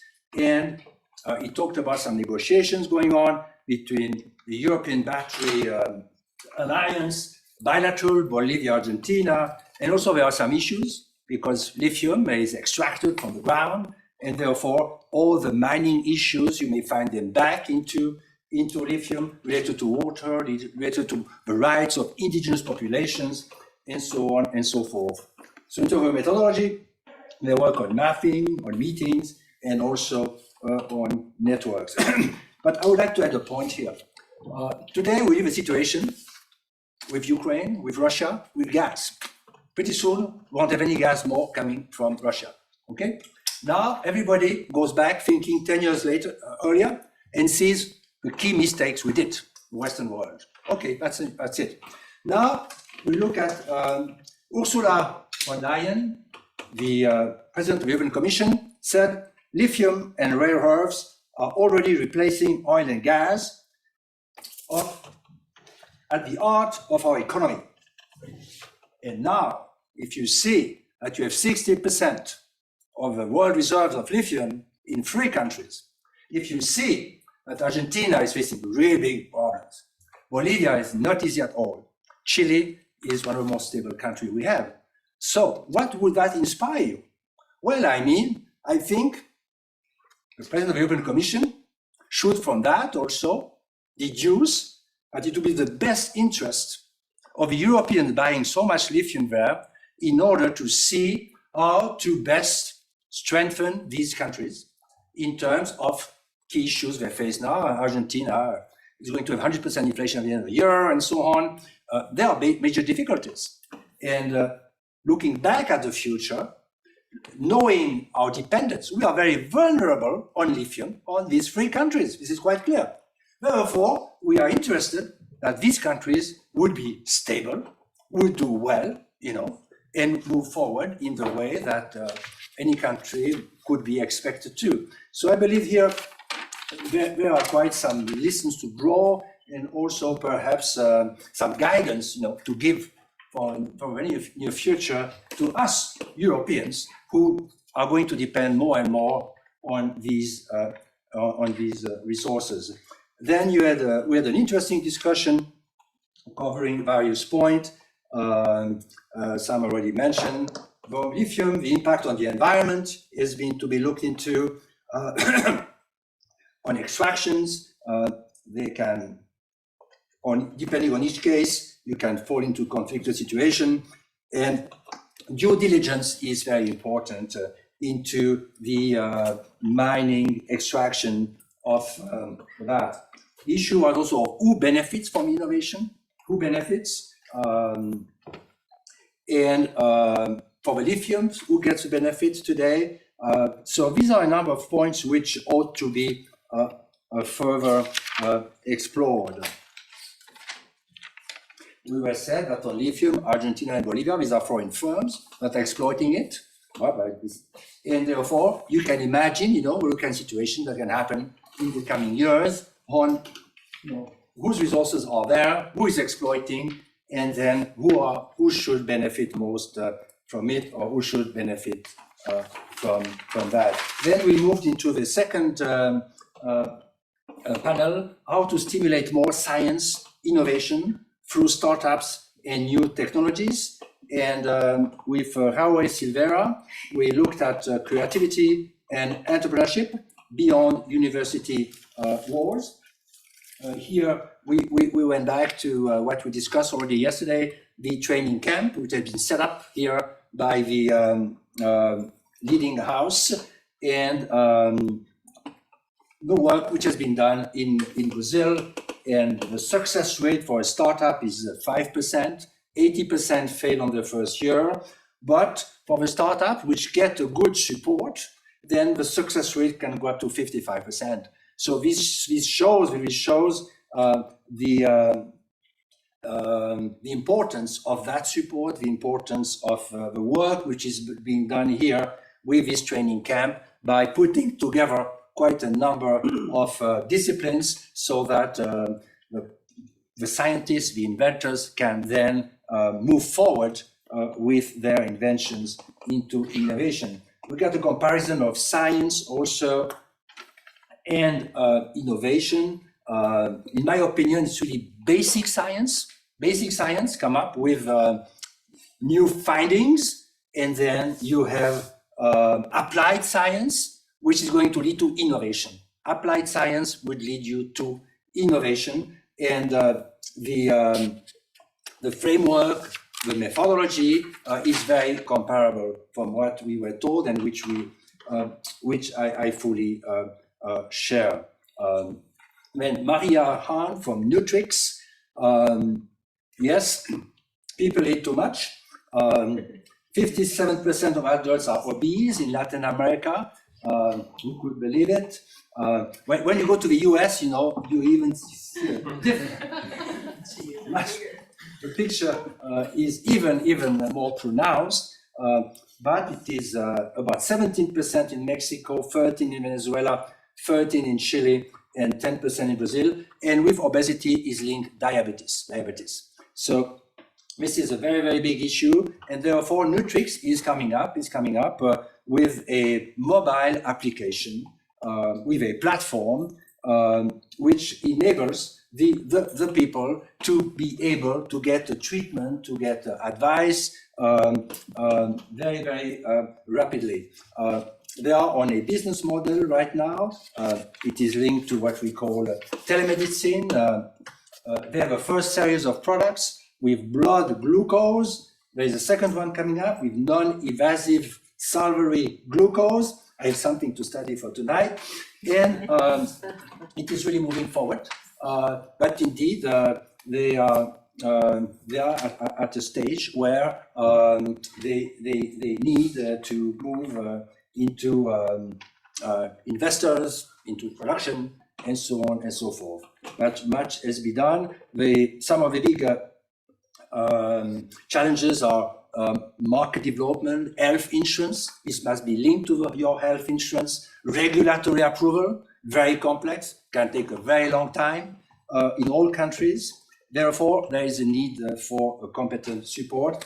And finally, with Phoenix, building from ashes, here also very, very interesting projects whereby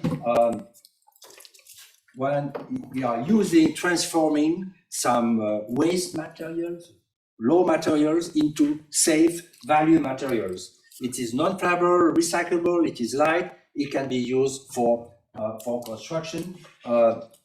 So here there is a very, very interesting innovation which is there, but which now must go to the next stage. And we also had Beatrice Gasparini on water, recycling water from contaminated mines and so on. 2.2 billion people in the world do not have safe water. They've come up with a system. It is a filter. By 2025, they could bring some clean water to 2 million people in Brazil with about 14,000 filters. But there are some important issues which still need to be followed. There is a link between research and market, back and forth, diminution of cost, optimized logistics, and so on and so forth. In the discussion, what was interesting was about finding investors, because this is really the stage which is decisive for these inventors. And for Phoenix, it is local, Swiss, it is clean tech, and we were told, very nice to hear, there are lots of grants in Switzerland, in the EU, for clean tech, when you are at that level of developing a new product. For the digital, what we are told is that there is a diversity of investors, but they are looking for investors in Mexico and in Brazil, in the country where they want to promote their products, in order to bring contacts, to establish contacts, and to establish a network. They are in a first round of they already had some pre-seed funding, and it is moving forward. The most difficult is to get the first investors, and first you should try to get the first client. Then on the brain drain, I see time is running. On the issue of the brain drain, well, we all heard the summaries, so I think I don't need to go much further on that one, but it's a big issue. Now, let's be serious. It's a very big issue for Latin America and for the whole world, pretty much, the issue of brain drain. And in my opinion, if this would have to improve, we discussed about incentives. You can give incentives to people to go back, but those incentives should be extremely large to leave the EPFL or ETH to go back to somewhere in Latin America. Should be or they should be emotional, they should be personal, because of the really social, legal, security situation in many of these countries. For Switzerland, 57% of scientists are foreigners. Yeah, this is right. In Switzerland, 30% of the labor force is foreigner. 30%.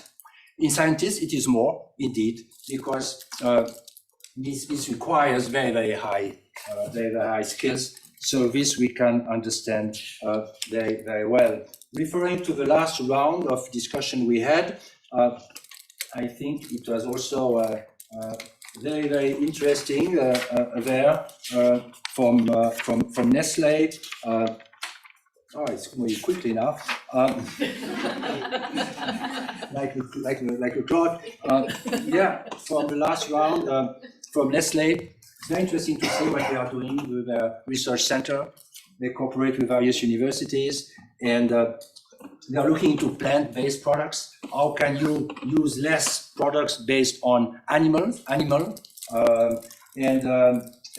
Research is going on for packaging too. Research is going on. It does take some time, but there will be answers. There will be answers to the issues which have been set up, and they have networks also in Latin America. In terms of smart cities, they also, I think, it is very important. Now we talk about smart houses. in your house, they tell you when there is no more milk in your fridge, and so on. The vacuum cleaner go on its own, all kinds of things. And smart cities is also something which is very important, which we will need in the future because of congestion. There's too much congestion in our cities. So in Santiago, I believe they have very, very interesting projects going on. But indeed, they face the issues of data protection, data governance, public-private articulation. So there are some very sensitive social issues which might be more difficult to solve than the technical issues. Now I come to my conclusion. I was told some of you must take a train, so we will finish sharp in a few minutes before. My conclusion is the following. The merit of the Science and Innovation Summit has been to be very case-oriented and issue-focused. The speakers have highlighted several promising projects in Latin America, as well as the key role of investors and business in bringing an invention to market, which then is an innovation once it's sold on the market. The organizers of the summit have set up an outstanding program and deserve a large applause. Thank you very much.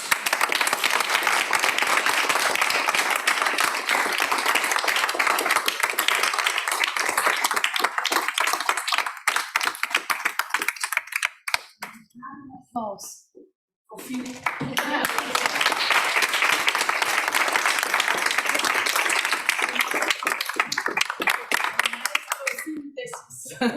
But he's not only summarizing, he's also complementing and adding it. That's the special thing.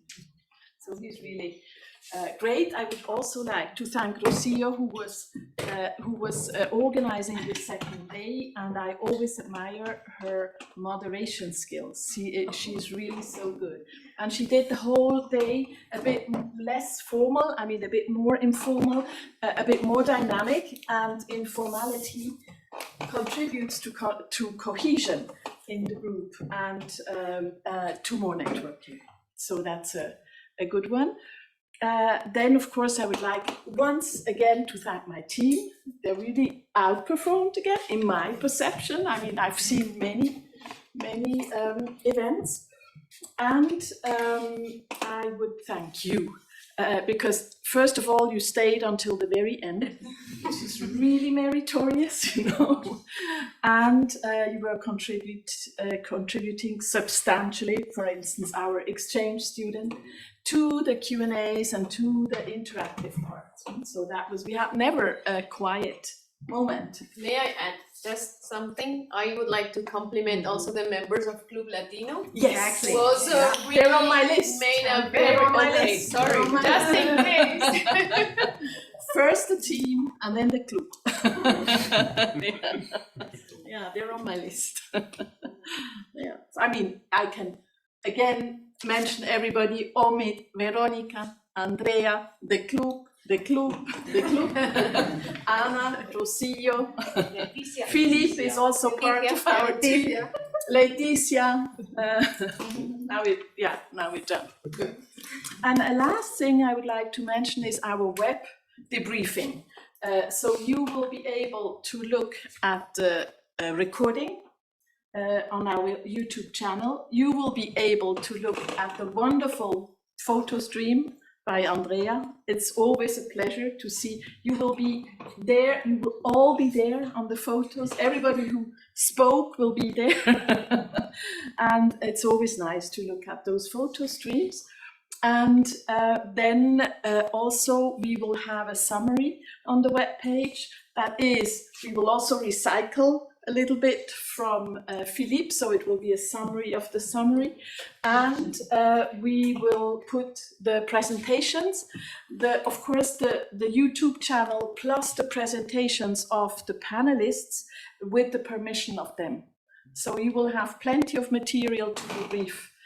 So once again, thank you to all and have a nice weekend.